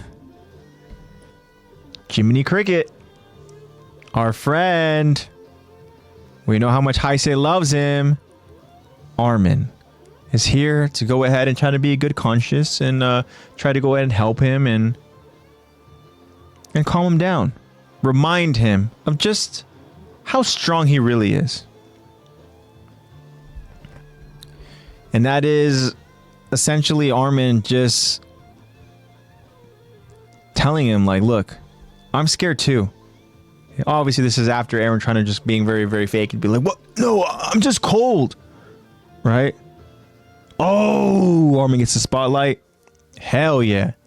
That's what I'm talking about. What I like to freaking talk about. Armin's my guy right there. He deserves every bit of it. But yeah, Armin, he relates to him and says, look at me. He shows that he's shaking too. He's like, I'm terrified too. He goes, I can't really tell if you've ever been afraid of Titans. He says, the fear, it's an all-consuming fear for most people. It was for me. Shoot, the first time I saw a Titan in the flesh, I was so frightened I couldn't move. We saw it. That was annoying Armin. That was crybaby Armin. That was Armin that was like, just let him die. But no. I mean, shoot. Armin was always supposed to be the guy. Eren Kruger said so. Where you know Mikasa? She's doing her thing. Eren Kruger saw Armin is going to be a big, important piece of this puzzle. Yeah, I think everybody hated Armin at first. But then he started growing on you, and you start seeing the character development, and you're like, whoa, there's more to this person. Oh my god, this person is so freaking bright. Oh my gosh, this person is such a great person, has such a good heart. Oh my god, this person is a fighter too. Oh my god, this person, wow, I'm rooting for this person. Yep, that's me, rooting for Armin. That's my mindset. But anyways, it continues. It says that I was gonna die. But then you came and you pulled me out of that Titan's mouth. How did you do it? Where did you find the strength? I think we're all going to go ahead and cry. It's going to be a sad thing to go ahead and see. Not to be continued. To just see the end. But depending on how it ends too, it's going to be difficult. Jaegers hate it. But then when Eren asks, or I should say when Armin asks Eren, where did you find that strength? Eren recalls a flashback of when Armin showed Eren that book. The book that Armin's parents showed Armin. And that is the book again of what is out there in this beautiful world. Right? Beyond the walls. As Eren says that I would just spend my days staring up at the clouds. But I heard your story, I saw the look in your eyes. They were filled with this amazing dream like nothing I'd known for myself. And that's the day I realized that I had never been free. You know how much that means to Eren. Freedom. And then he starts getting reinvigorated again with fuel, with passion, with rage. Talking about those monsters had stolen it from us. And once I realized that, I couldn't forgive them. He said, I couldn't tell you why, but when I think of that lost freedom, I feel strong, fearless. And that's what did the trick. Just bring up how you're never free. You've always been a prisoner in some regard. Then Eren will get pissed off and he'll be like, you know what, you're right. I'm going to fight for this. There you go. Now it's not even about his mom anymore. Remember the mom used to be the motivational tactic? Do this for your mom, do this for your mom. Now it's like, look, you need to go ahead and fight for your freedom. You want to see the beauty that is outside the walls. Yeah, poor Carla. What feels... Well, I do like the way you put that. But Armin is fueled by many things.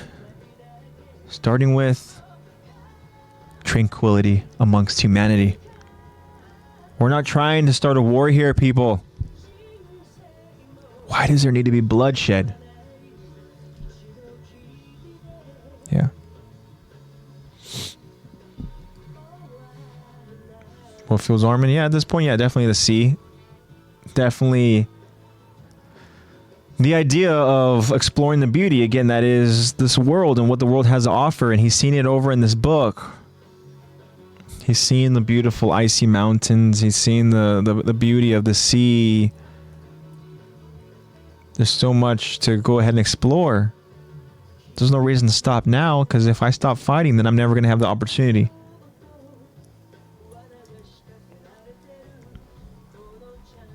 But Eren's good to go now, right? Eren even says, you know what? This time next year, talking about the sea, he says, I bet we'll be looking out at the sea.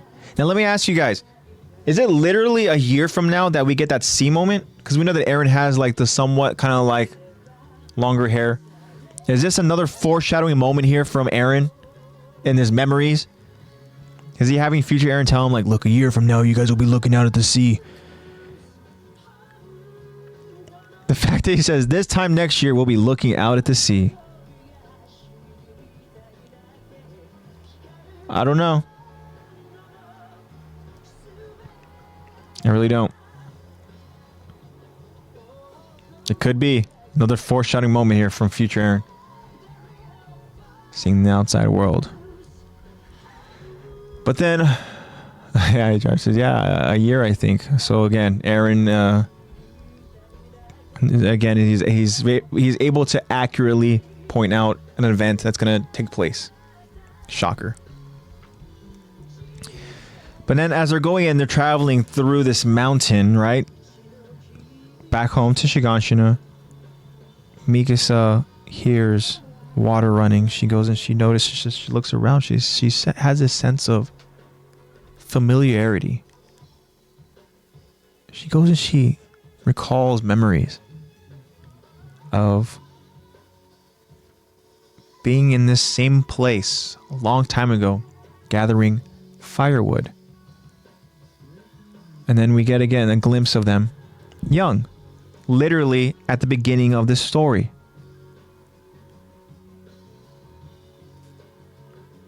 And then they're interrupted as the scout says, I see the foot of the mountain, which means that they're close. And that's where we're going to go ahead and end it. You guys know I had to wait for Zack and Lex to go ahead and finally get back to Shiganshina. I need to talk about it with them. I need to talk about it. But, yeah. This short part of the episode, this was just kind of, again, just a little intro in the beginning part of this episode. And it's always so crazy when I think about when we focus on the episodes. And yeah, there's stuff in between that we go and we talk about. I know we talked about potential little Q&A stuff and all the different cool little questions that we had for each other. But essentially, this is 6 minutes of an episode. This, what we just talked about, 6 minutes. And we're hour 40 into this. I don't know how we're able to do it. But we do it. If Eren never had attacked, he would not be messed up seeing his future. It was inevitable. Eren somehow was going to go ahead and make sure that Eren sees the future, sees the messed up events that is going to happen. Eren made it happen. Eren is inevitable. That's what it is. There was no way for younger Eren to avoid what was going to happen, unfortunately.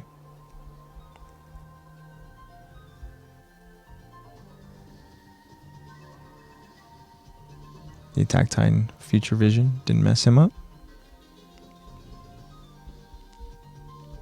I think we can all agree, though, that the moment that sends him on his path to destruction is when he kisses Historia's hand. That is when he gets that rush and he gets that awakening. He gets that clarity of like, oh, that's the enemy. That's what I have to do. Yeah. Well, that's when Eren starts becoming real scary.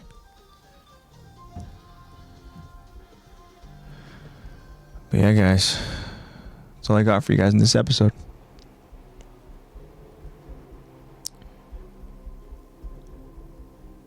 before we get into some final thoughts there, guys, if you guys have any other little last minute cool little Q&As you guys want to go and talk about, we can go ahead and talk about it before we get to a close here. We still have some time. I knew this was going to be a shorter episode, but I feel like we covered a good amount. It feels weird too. Anytime you go ahead and you stream on a weekday, and yeah, it's Friday. You know, it's a Friday, and again, I'm so thankful for you guys joining me here on this Friday night.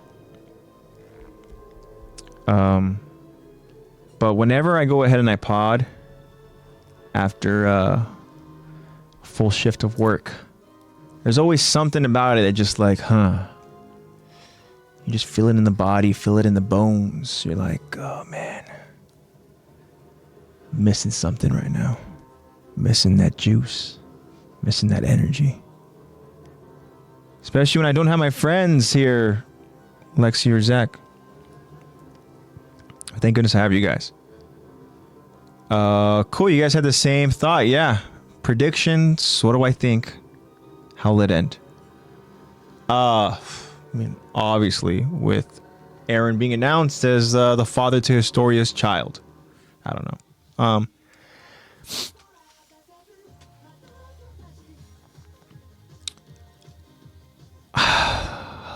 What do I think? What do I think? I think that, unfortunately, the only way to stop all of this is to kill Eren. Eren even said himself, like, look, if you want to stop this, you're going to have to literally kill me. Now, I don't know who's going to do it, and it better not be Gabi. That's all I know. Swear to God, if Gabi is it.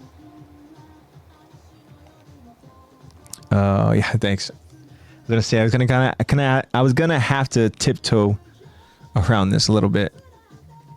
I don't know anything, but keep in mind, Eren is on his last year as well. Oh, is he? Has it been 13 years? It has not been 13 years, has it? Since he acquired that ability from... Oh, there's Zeke is in his last year. That makes sense, okay.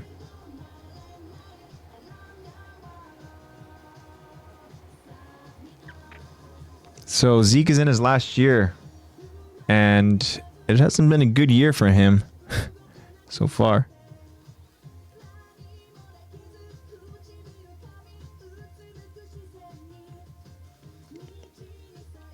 I don't know when exactly he got it, when he got the Titan.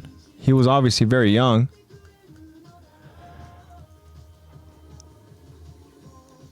But I think it does make sense though. Oh, okay. He told Zeke that he had 4 years left. I mean, it does make sense that Zeke obviously would have less time than Eren.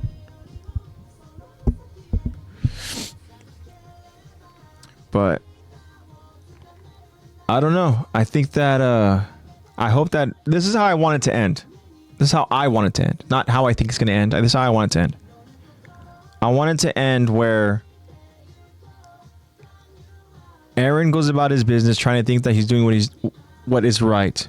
But then, much like in this episode, it takes some serious convincing where Armin is somehow able to go ahead and reason with the monster that is the Founding Titan. Armin is able to go ahead and essentially kind of show his truth. I think that Armin is going to be, again, the Jiminy Cricket here of explaining to Eren what he's doing is wrong. And unfortunately, Eren, we know how stubborn he is, and we know that Eren is not going to just listen from the first shot. He's not going to go ahead and listen. He's going to take some multiple opportunities. And hey, Eren already kicked Armin's ass. I think it's time Armin goes and settles the score a little bit. Let's rough up Eren a little bit. Let's show him we mean business. Yes, he is the Founding Titan. Yes, he is this massive monster of a Titan. But Armin's not alone. One thing I don't want to happen.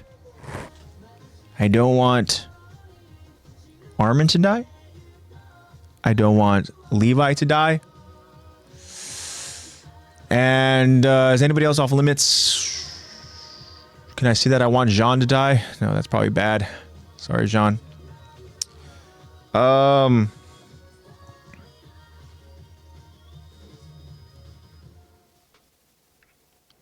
Yeah.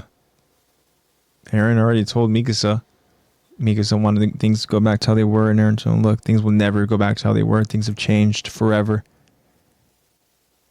And when he gets things, he meant him. Yeah.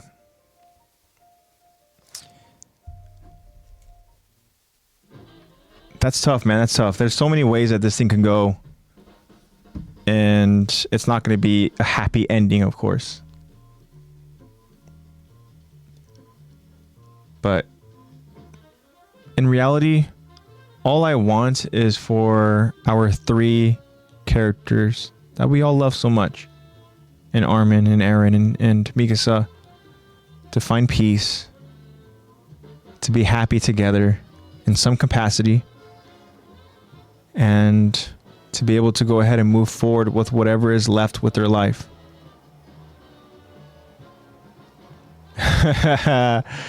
Damn it! Well, it's too bad. You could be misleading me a little bit there, Josh. Maybe you want me to go ahead and forget and not hold on to it, and all of a sudden just boom, it's right there and it happens. I'll be like, damn it! Oh, who knows? Yeah, I agree. The only option at this point is to make sure that the genocide ends, and that is to kill Eren.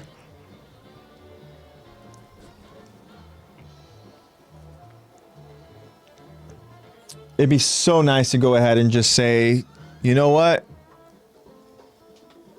I told you guys. I told you guys. Eren and Historia. Baby. What would their child's name be? If you can go ahead and name the child for Eren and Historia, what would this child's name be? We don't know the gender either.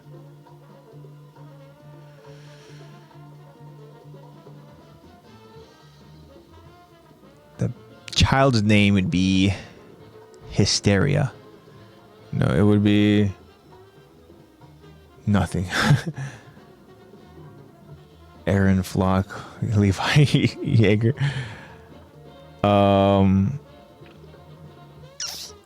Yeah, who knows? I'm thinking that it would just be another Eren. The Eren cycle continues. Eren Kruger, Eren Jaeger, and then we get Eren Rice.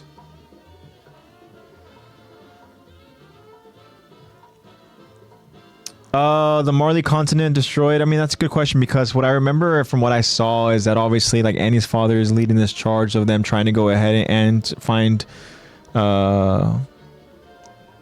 know, refuge. And they're trying to escape their continent. And, I don't know if Marley is destroyed.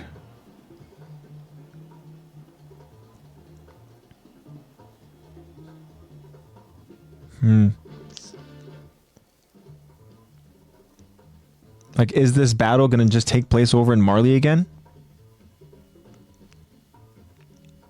I would imagine Marley is probably supposed to be in reference to Germany, but I'm not sure. I guess the question is, though, is what is still left from the rumbling?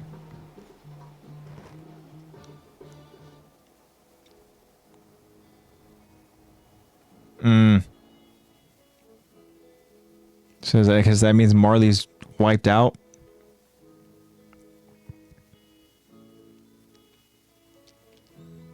I guess that kind of makes sense. You would think that if Eren's going to go ahead and begin this rumbling, that he would probably start with Marley. I don't know. But I guess we'll find out, guys. I guess we will find out. Marley is supposed to be, excuse me, Parody is supposed to be the only thing left. That's all that Eren wants to go ahead and survive. Every other threat outside of the island of Parody will be gone. Yeah, okay.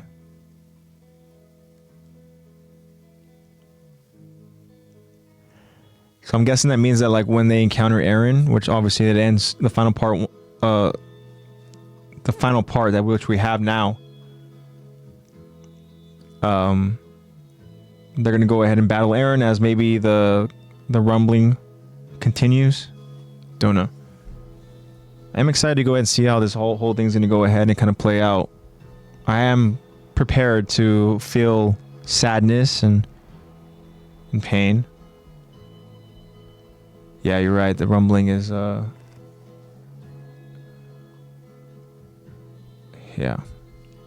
The rumbling isn't just where Eren is.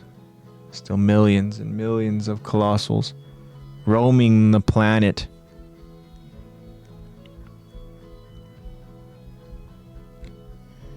Random question for you guys. You guys think aliens are real? Speaking of planet. You guys think that there are extraterrestrials out there? I think it'd be selfish of us, right, to think that we are the only living creatures. Aliens are definitely real. I think so. Somewhere. I mean, there's galaxies all over, different universes. There's no way we are the only... There's no way that we're the only species of life. Aside from, obviously, plants and whatnot. Hey, do you like Armin? I like Eren. We aren't going to feel the same now, yeah. True. We essentially are the island of Parody here over in this planet, in this galaxy, because we do not know what is beyond our walls. Even though there have been many claims to aliens. But I agree, Jacob. I think that we are both going to feel something watching this, and it's not going to be the same feeling. But it's okay. That's what's beautiful about the story, is that there's so many different ways of interpreting the story, so many different perspectives that we get, and it's much like even with, I think about My Hero Academia, like I enjoy the villains more than I do the heroes, and I'm sure there are plenty of people that enjoy the heroes more than the villains. I find myself now watching One Piece, and I'm like, these villains are pretty interesting. Oh, that's good. The ending won't feel rushed, Josh says, because it's getting a lot more time to flesh things out. Yeah. Ooh, don't even say that. A whole hour and a half for 5 chapters. Yeah, that's insane. I guess. Do we prefer that? Do we prefer having it in bulk of like an hour and a half, or would we rather prefer a season, like another season? Like, say for example, this is season 4, right? What if they were to split it to be like, okay, like season 5, whatever, and we're getting these chapters, these last chapters here. Do we want it all at once? Would we like it spread out? Would we like it in episodes? I don't know. How are we feeling about this? I know Josh is saying it's not going to feel rushed, but the final season, part 3, the final season, yeah. So many different parts. Shoto is the best Todoroki. You sure about that? He might be Endeavor's favorite, but is he the best? Okay, Josh says, I like the movie version better. Okay. Yeah, that's nice for the sake of not having to go ahead and wait on a weekly basis for a new episode. Right, that's cool. But I also like the idea of spreading it out and giving us more time to really process things. You know, talk in depth and analytically about what we saw, and And kind of, again, like we're doing now, is just trying to rationalize our thoughts and think about how this thing's going to end. Now, if we go ahead and we just get it all in bulk, which is fine. Again, that's awesome. We're able to go ahead and see how it ends and process it together. But yeah. Just as also, there's still the new project that's going to be announced next month. Whoa. Yeah. I'm guessing this is going to be an AOT project. You know, really, it's only a matter of time before somebody announces Attack on Titan live action. It's only a matter of time. We keep getting these live action iterations of anime, and yeah, I do have to say, with oh yeah, you're right. Yes, I have heard about this. Yeah, you're right, Josh. I was gonna say, yeah. So in terms of live action, right? Obviously, something that was recent is live action One Piece, and so many people appreciated it for its faithful adaptation to the characters and the story, and it being memorable for a good reason, and it being true to the source and showing us the important parts of whatever the focus was, right, in season 1.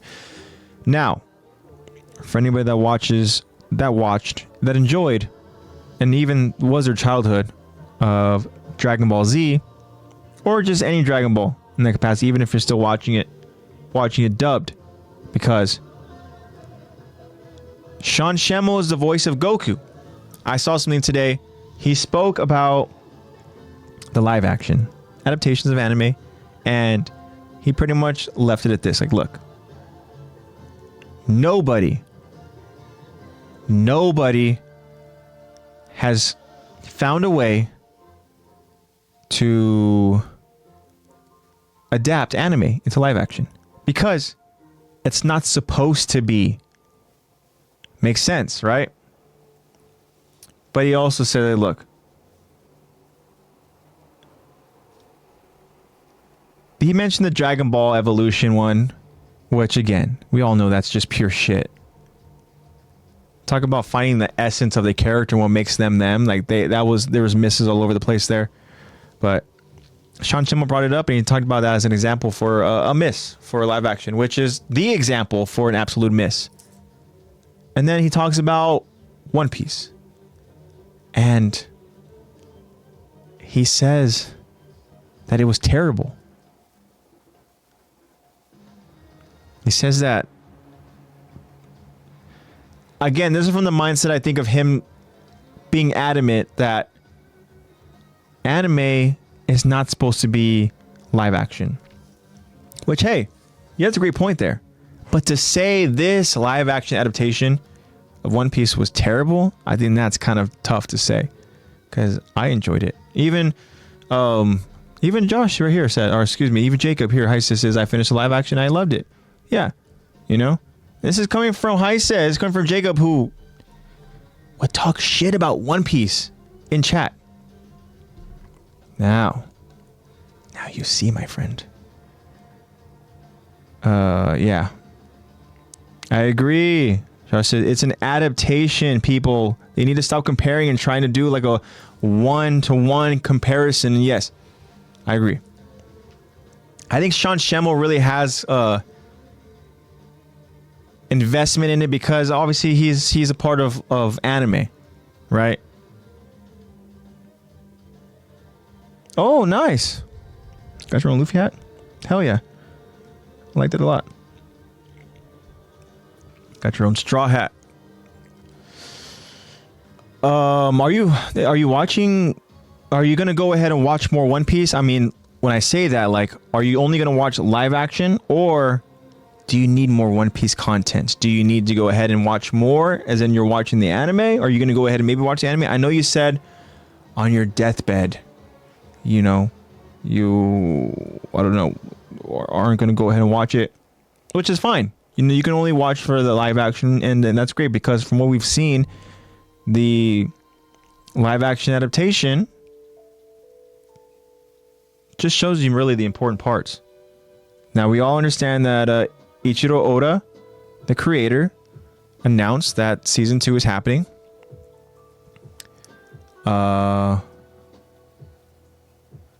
Episode 4 of the anime.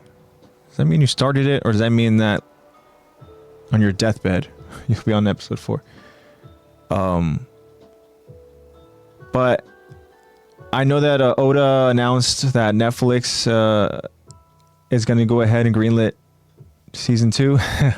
One Piece. Yeah, I know. But it's kind of on the topic of live action adaptation, and this is what I'll say about the live action adaptation. We're not talking about the anime. Is that Netflix is going to go ahead and do season 2. We're all aware of that.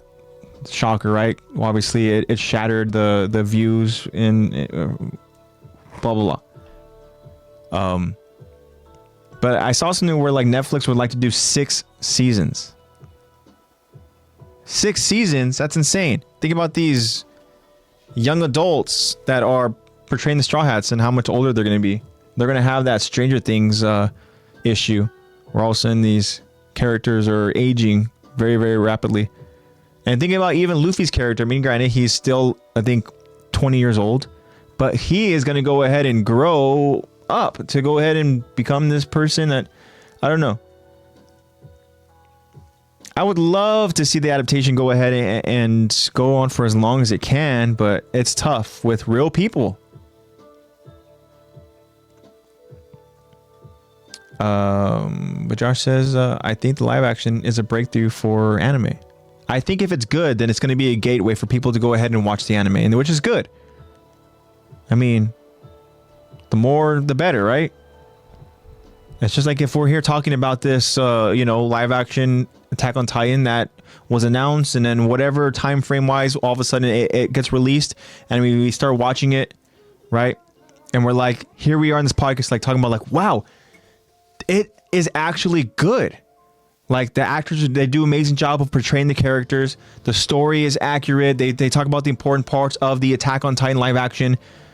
And then obviously us as fans and have seen the anime, for people who have only seen the live action, if that is their way of watching the anime, then that's good.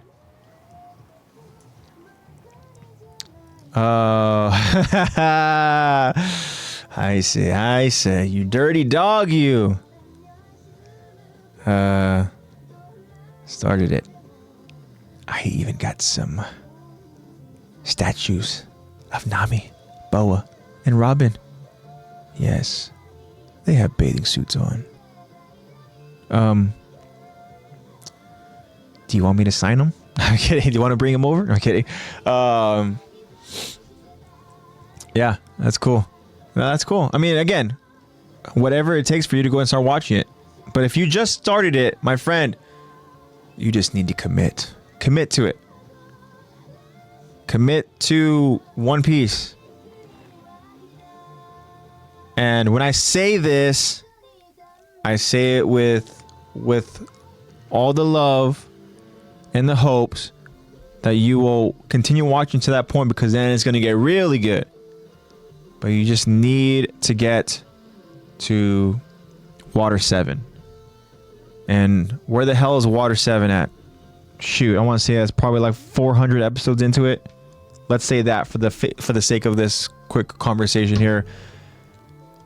After 400 episodes, then shit starts getting good.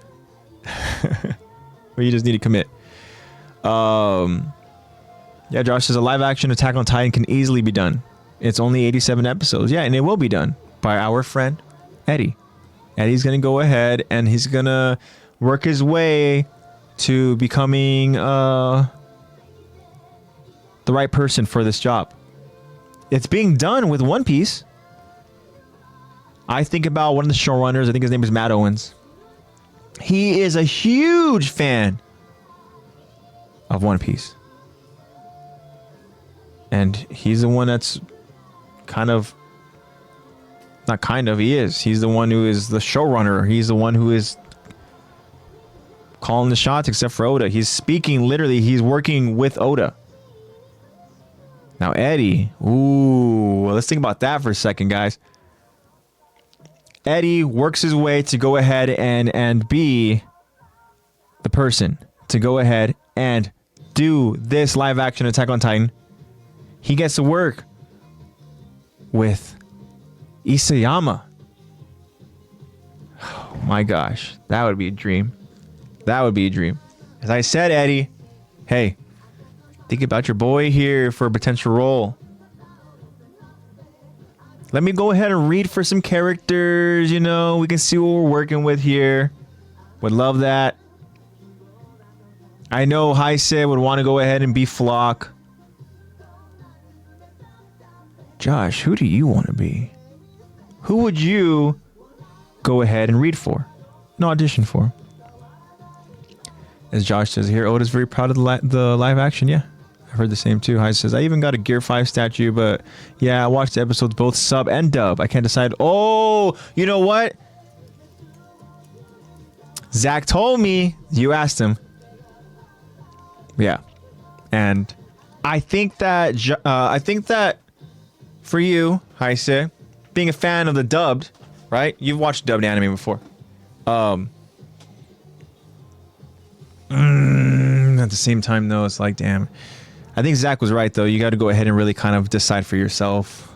So I guess you're on the right track here of watching both of them until you decide. So yeah, I guess Zach gave you good advice. But Josh says, I hear Isayama loves feedback from the animation director and his editors. They influence the story a lot. That is cool. Can you imagine like working and kind of collaborating alongside the creator of this story and you being able to have someone to influence if it is, you know, good advice, good feedback? Like, hell yeah. That's awesome. And I think I've even stated on this before. I've stated on this podcast before that if I was working in some capacity with Hisayama, then shoot, just make me a random Titan in the background and I'll be happy. You know? If I'm in the story in some capacity, that's badass in my eyes. But who would Josh play?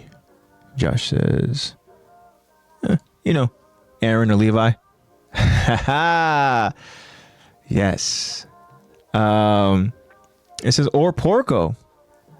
He says, I want someone with a death scene. Ooh, that is cool. Damn, that is cool. Guys says, can I get a what if of AOT where Flock and Eren rule the world? Can't say that that's something that Eddie would, you know, creatively want to collaborate with you on that aspect. I think that Eddie is okay with how the story is now. But maybe you'd have to have that conversation with Eddie. But damn, that's a good point there. A death scene. You know what? If I'm doing death scene, and I mean, I guess for me, it's an off-screen death, and I've talked about this before with Eddie, and I will read an audition to be Grisha. I know. I'll do it. I'm not a fan of what I've seen recently with Grisha. Very, very manipulative. Oh, hell yeah. If I could go ahead and be Otoo, that would be cool. But I'm too old for that, though. You could be Moblet. That would be cool. Hell yeah. I like that. I'll be Moblet. Get to go out in a nice heroic way of saving my old pal. Yeah, that'd be cool. I like where your mind Oda was old. What do you mean? Yeah. The oldest 19-year-old I've seen. Yeah, Moblet's a cool character. I don't mind being somebody that is often forgotten, but you know what? When you realize what he stands for and what his morals are, then you respect him, especially with how he went out. And that'd be cool. I could be 19. Honestly, if I shave the beard, then I will look like I'm probably like 25. I want to be Porco because he has some cool scenes and dies saving Rhino. Yeah. Yeah, Porco is a cool character for sure. But that means you have to wait until season 4.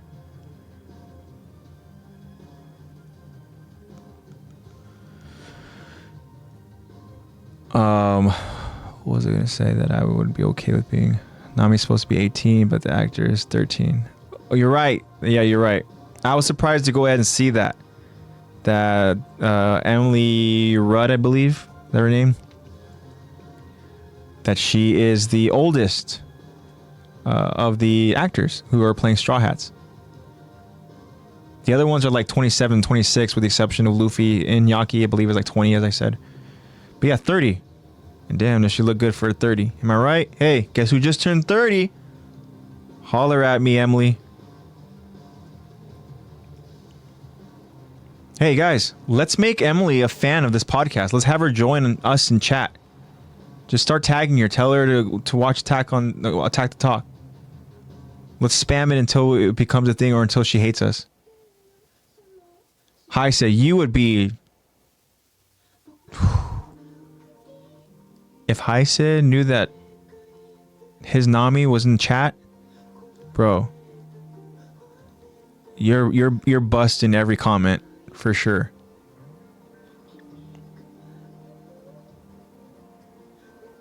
She'd be a Jaegerist? Hell no! Although Jacob would do his damnness to convince her. Let's do it, guys. Spam it. She's got to have an Instagram.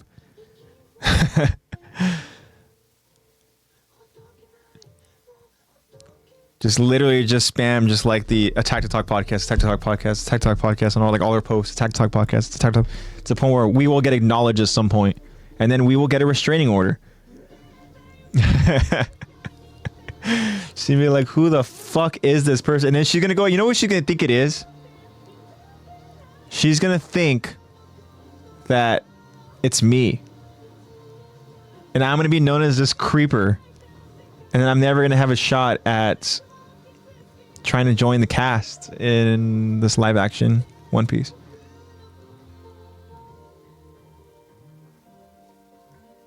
I will take the fall for you guys. It's okay. I'll take the fall. If it meant the acknowledgement from Emily Rudd. Bro, she's an anime fan. She has to like Attack on Titan. She has to appreciate it. Right?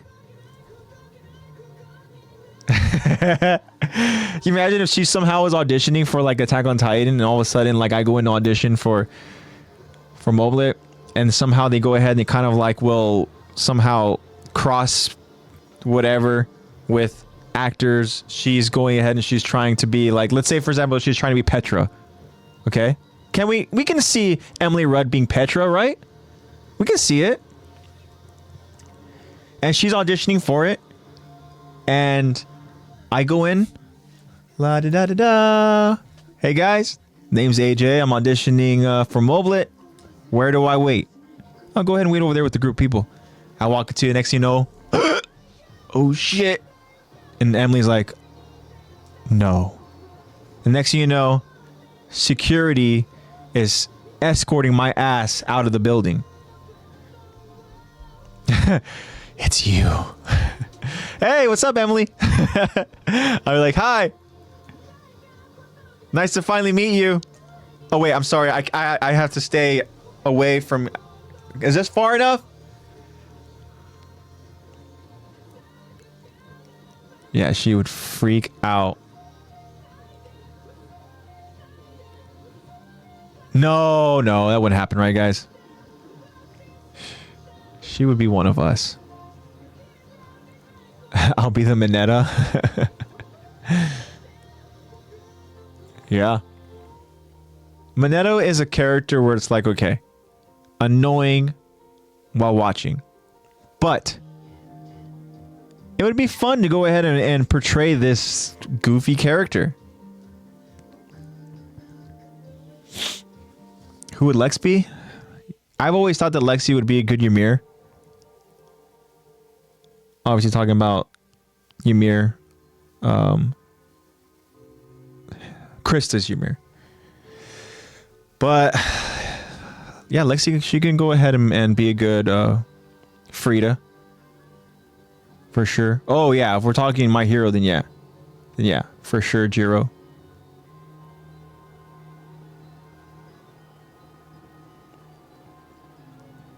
You guys tell me, what about Zack?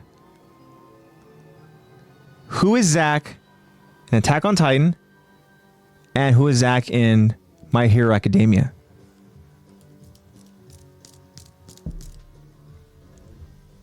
What do you guys think?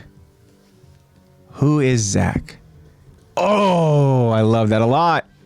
Lemillion. And I think that is perfect for him. Zack is Rhina. Yes. You know what? I like both of those. I agree. Zack can be Lemillion.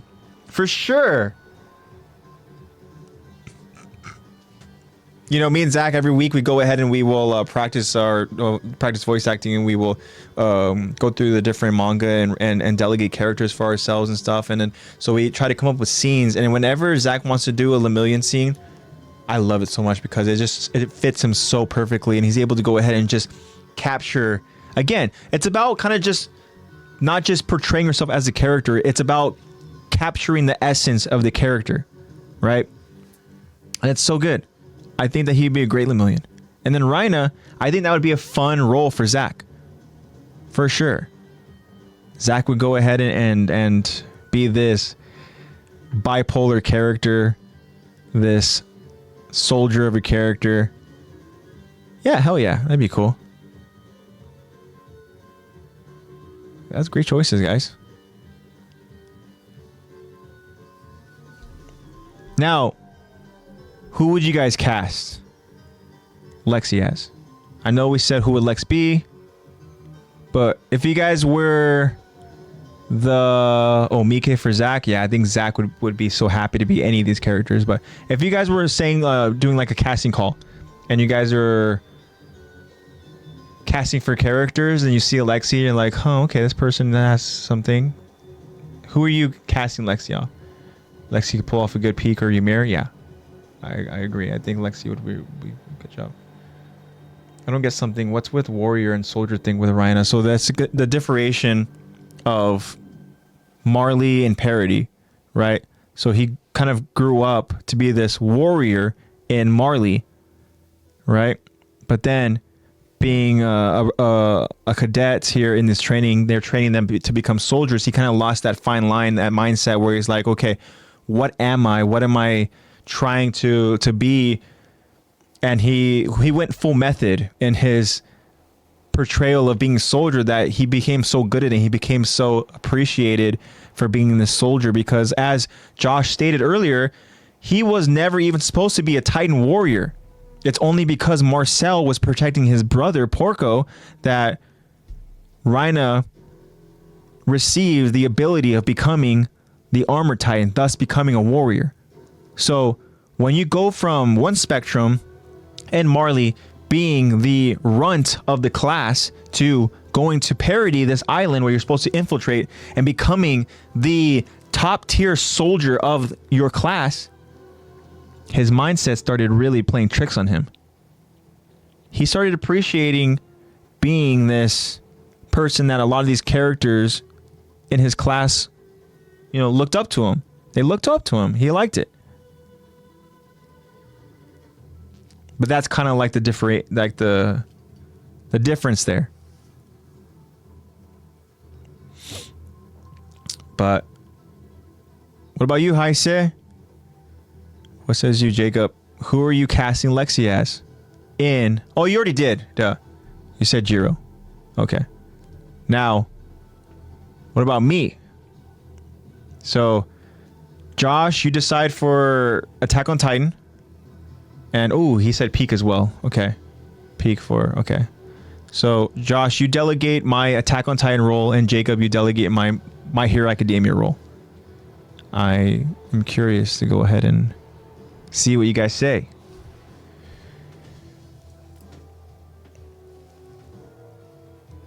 Oh, Zeke.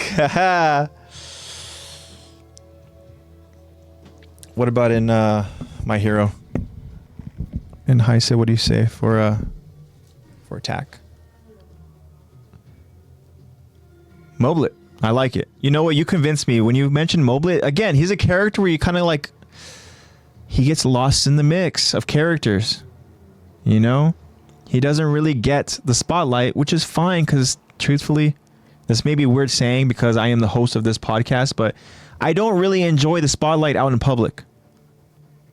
That's why for me, like, my dream job would be to become a voice actor because I am not physically on screen. My essence, my soul is on screen in these characters, but I'm able to kind of maintain somewhat of a private life.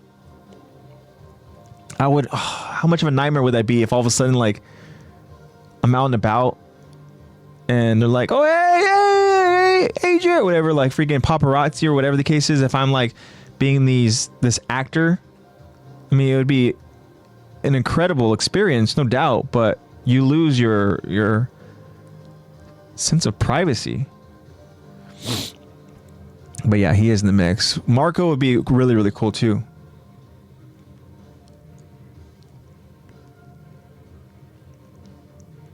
But if I'm Marco, I selfishly want Zach to be Jean.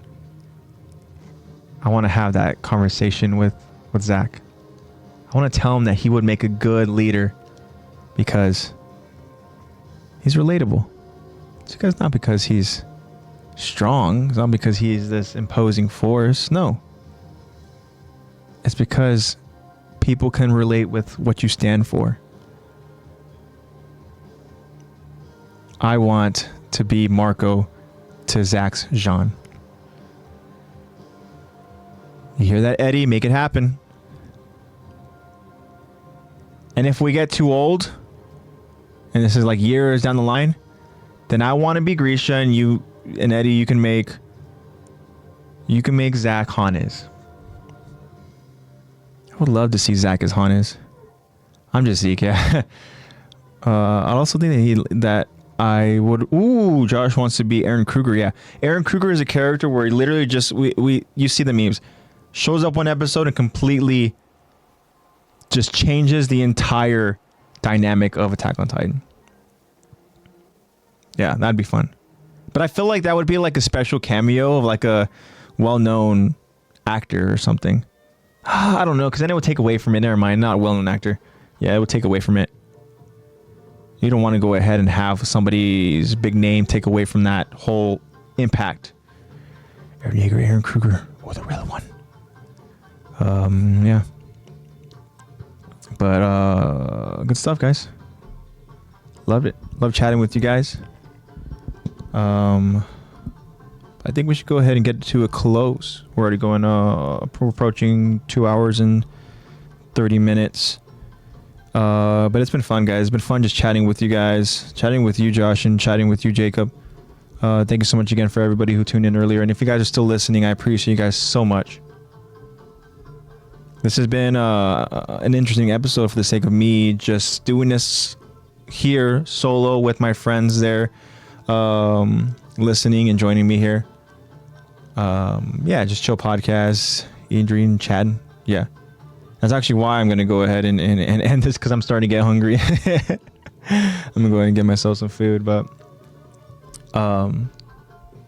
yeah, it's cool. It's cool to go ahead, because obviously what is the focus of the podcast is to go ahead and talk about each episode of Attack on Titan in chronological order, right? But the essence of it is the connection that we have. Like, that's what's cool about it, right? Is to be able to go ahead and just kind of chat. Like you said, we're just chatting, we're just shooting the shit, talking about some anime, talking about spamming Emily Rudd, all that good stuff, you know.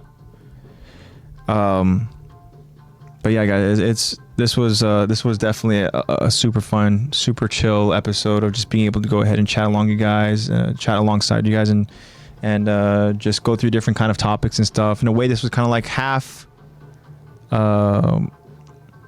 episode focusing over on the story, and a little bit of a half OVA. When the new episode drops on Sunday, November 4th, can we just talk about that? It's a good idea. I think that there's going to be so much to go ahead and just, again, take in, so much to go ahead and just think about, process, and that'd be fun to go ahead and really just kind of, again, get our thoughts together as a group, collectively, and talk about what we witness. Now, the only thing that'd be tricky about that is for people who haven't seen it. That would be the tricky part about it. If we go ahead and we're on and we're chatting live, and all of a sudden somebody's like, "Oh, hey, what are we talking about?" I'm like, "Oh, we're talking about this." Yeah, are we gonna have a podcast on November 4th? Oh, we for sure. If it's a Sunday, we probably will. Unless anything changes, you guys know, go ahead and get your updates. So that is actually a Saturday. So it'll probably be the Sunday. And that Sunday is also daylight savings time. And that's when daylight saving ends. Great. But if things are so freaking crazy and I'm with Lexi and Zach, we might just go on and be like, we have to talk about this. And if whoever joins us, we just talk about it. You never know. It might just be that crazy to where we're like, dude, we need to go ahead and just talk about it. You never know. Stay tuned. Yeah. I think that's all we should talk about, really. But it's been fun, guys. So that wraps up another episode of Attack to Talk. This is season 3. Yeah. Remember, guys, get all your updates over on Instagram at Attack to Talk Podcast. This was a different week. We are here on a Friday, and it's been a nice Friday. Like I said, it's weird streaming on a Friday after a work day of just kind of like, all right, you gotta find that momentum, find that energy. But I'm so thankful for you guys because you guys were able to go ahead and just get me going, man. I love the different stuff that we talked about, and I'm like, damn, like let's go, let's start talking about this and this, and yeah, it's awesome stuff, guys. You guys are incredible. I love you guys so much. You guys know this podcast is nothing without you guys. Honestly, we say it. I say it freaking every single week, but like, if you guys were not doing this with us, one, there would not be an episode because then that means it would just be me talking in a room by myself. But if it was just me, Lexi, and Zach, you know, we probably would not be doing this as long as we have. We would not be in season 3. It's because you guys are able to take the time and just join us and appreciate Attack on Titan with us and talk about just a lot of different topics and make these episodes fun. That is the podcast. So yeah, guys, we'll be back here next week for sure. I want to go ahead and give shout outs to Nate, of course. Nate is working hard on the podcast and helping try to be the best that he can be, and also getting the episodes out in a timely manner. But also he's working hard at stuff that he wants to go ahead and put out content wise. We know his channel already canceled. Make sure you guys go and support him and all the different things that he is just working hard at, you know. So Nate, thank you, man, again for everything. You've helped out in so many ways, and I know that you're always there for me whenever I need help with anything and with the podcast. And he has an answer for every single one of my questions. And yeah, Nate, you're just an incredible guy, and I'm so thankful for you. So make sure we all support Nate. Of course, I have to go and mention about some merch, guys. Make sure you guys go to that link tree over in our Instagram, and there's a link that will take you to Fandomion store. Fandomion, click that Fandomion link, guys, because they have a massive online store of just a lot of different stuff. You'll spend a lot of time if you really do take the time to go ahead and browse. Or you can just go ahead and have something on your mind that you want to go ahead and get. I want Attack on Titan related, and you go ahead and you start searching it up. Guess what? Boom, boom, boom, boom. You see some stuff you like Kaisa says here in chat. Use that code, promo code LEX, code LEX, for a discounted price off for your guys' purchase order. It helps Lex out a lot whenever you guys go ahead and use that code. So, and the thing that's crazy too is that like I said, Halloween, right? Then there's Thanksgiving, then there's the holidays, you know, it's crazy. All that stuff. Before we know it, we're going to go ahead and be shopping for all of our loved ones and stuff, you know. And if you know anybody that, hey, likes anime stuff or likes whatever, you guys can go ahead and maybe do a little shopping or Fandomion, see if there's anything there that you guys would like to go ahead and get for somebody. But that's down the line, guys. We have time for that. Do some shopping for yourself. You guys work hard, you know? Think about yourself. Buy yourself something nice, and use that promo code LEX. As I said before, guys, thank you so much again for all of the support. You guys honestly are just the best, man. You know, it always blows my mind how this podcast was able to create such an awesome community of friends, community of people being able to go ahead and get together and just chat about random stuff like we did today. You know, I say you did not do that at all. You do not send stuff to us. No. The only thing we want from you, my friend, is your precious time whenever we stream live. We want your time, and we want you to go ahead and be joining us every single week. Much like all of our friends. We love it whenever you guys join us live, and we want you guys to join us whenever you can. And these episodes are even more fun whenever we're having all of our friends here live chatting with us and being able to go ahead and you know, bring different perspectives and different insight to whatever it is we're chatting about. So, yeah. Sorry, I said no, Jacob. I said no.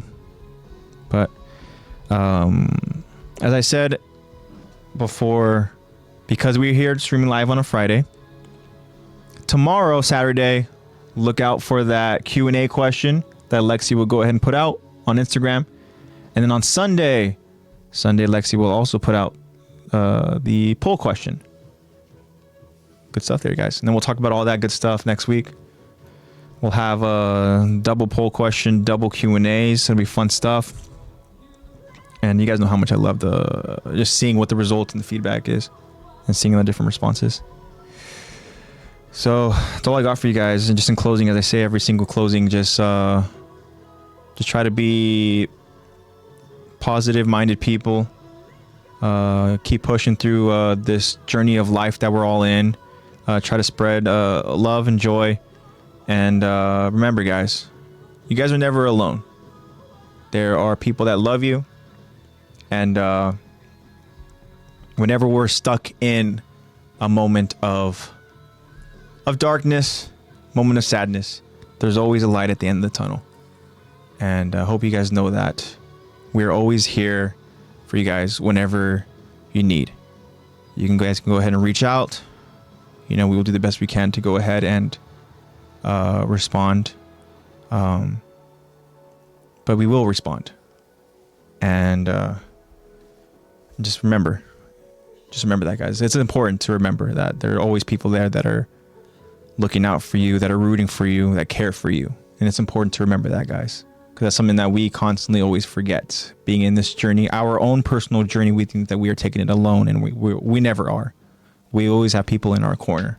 So just remember that, guys, and know that I'm in your corner. You know, whatever your dreams are, whatever your passions are, and I want you to go ahead and put in that work to go ahead and pursue those dreams. You know, that's what me and Zach are doing. We're trying to go ahead and push each other to become voice actors, and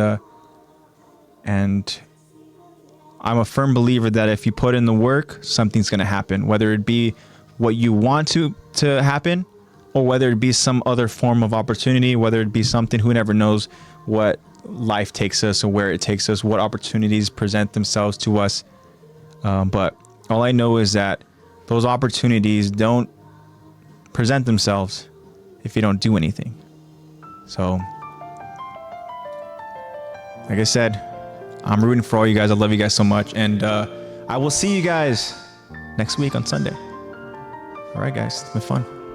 I'll see you guys next time. Peace out.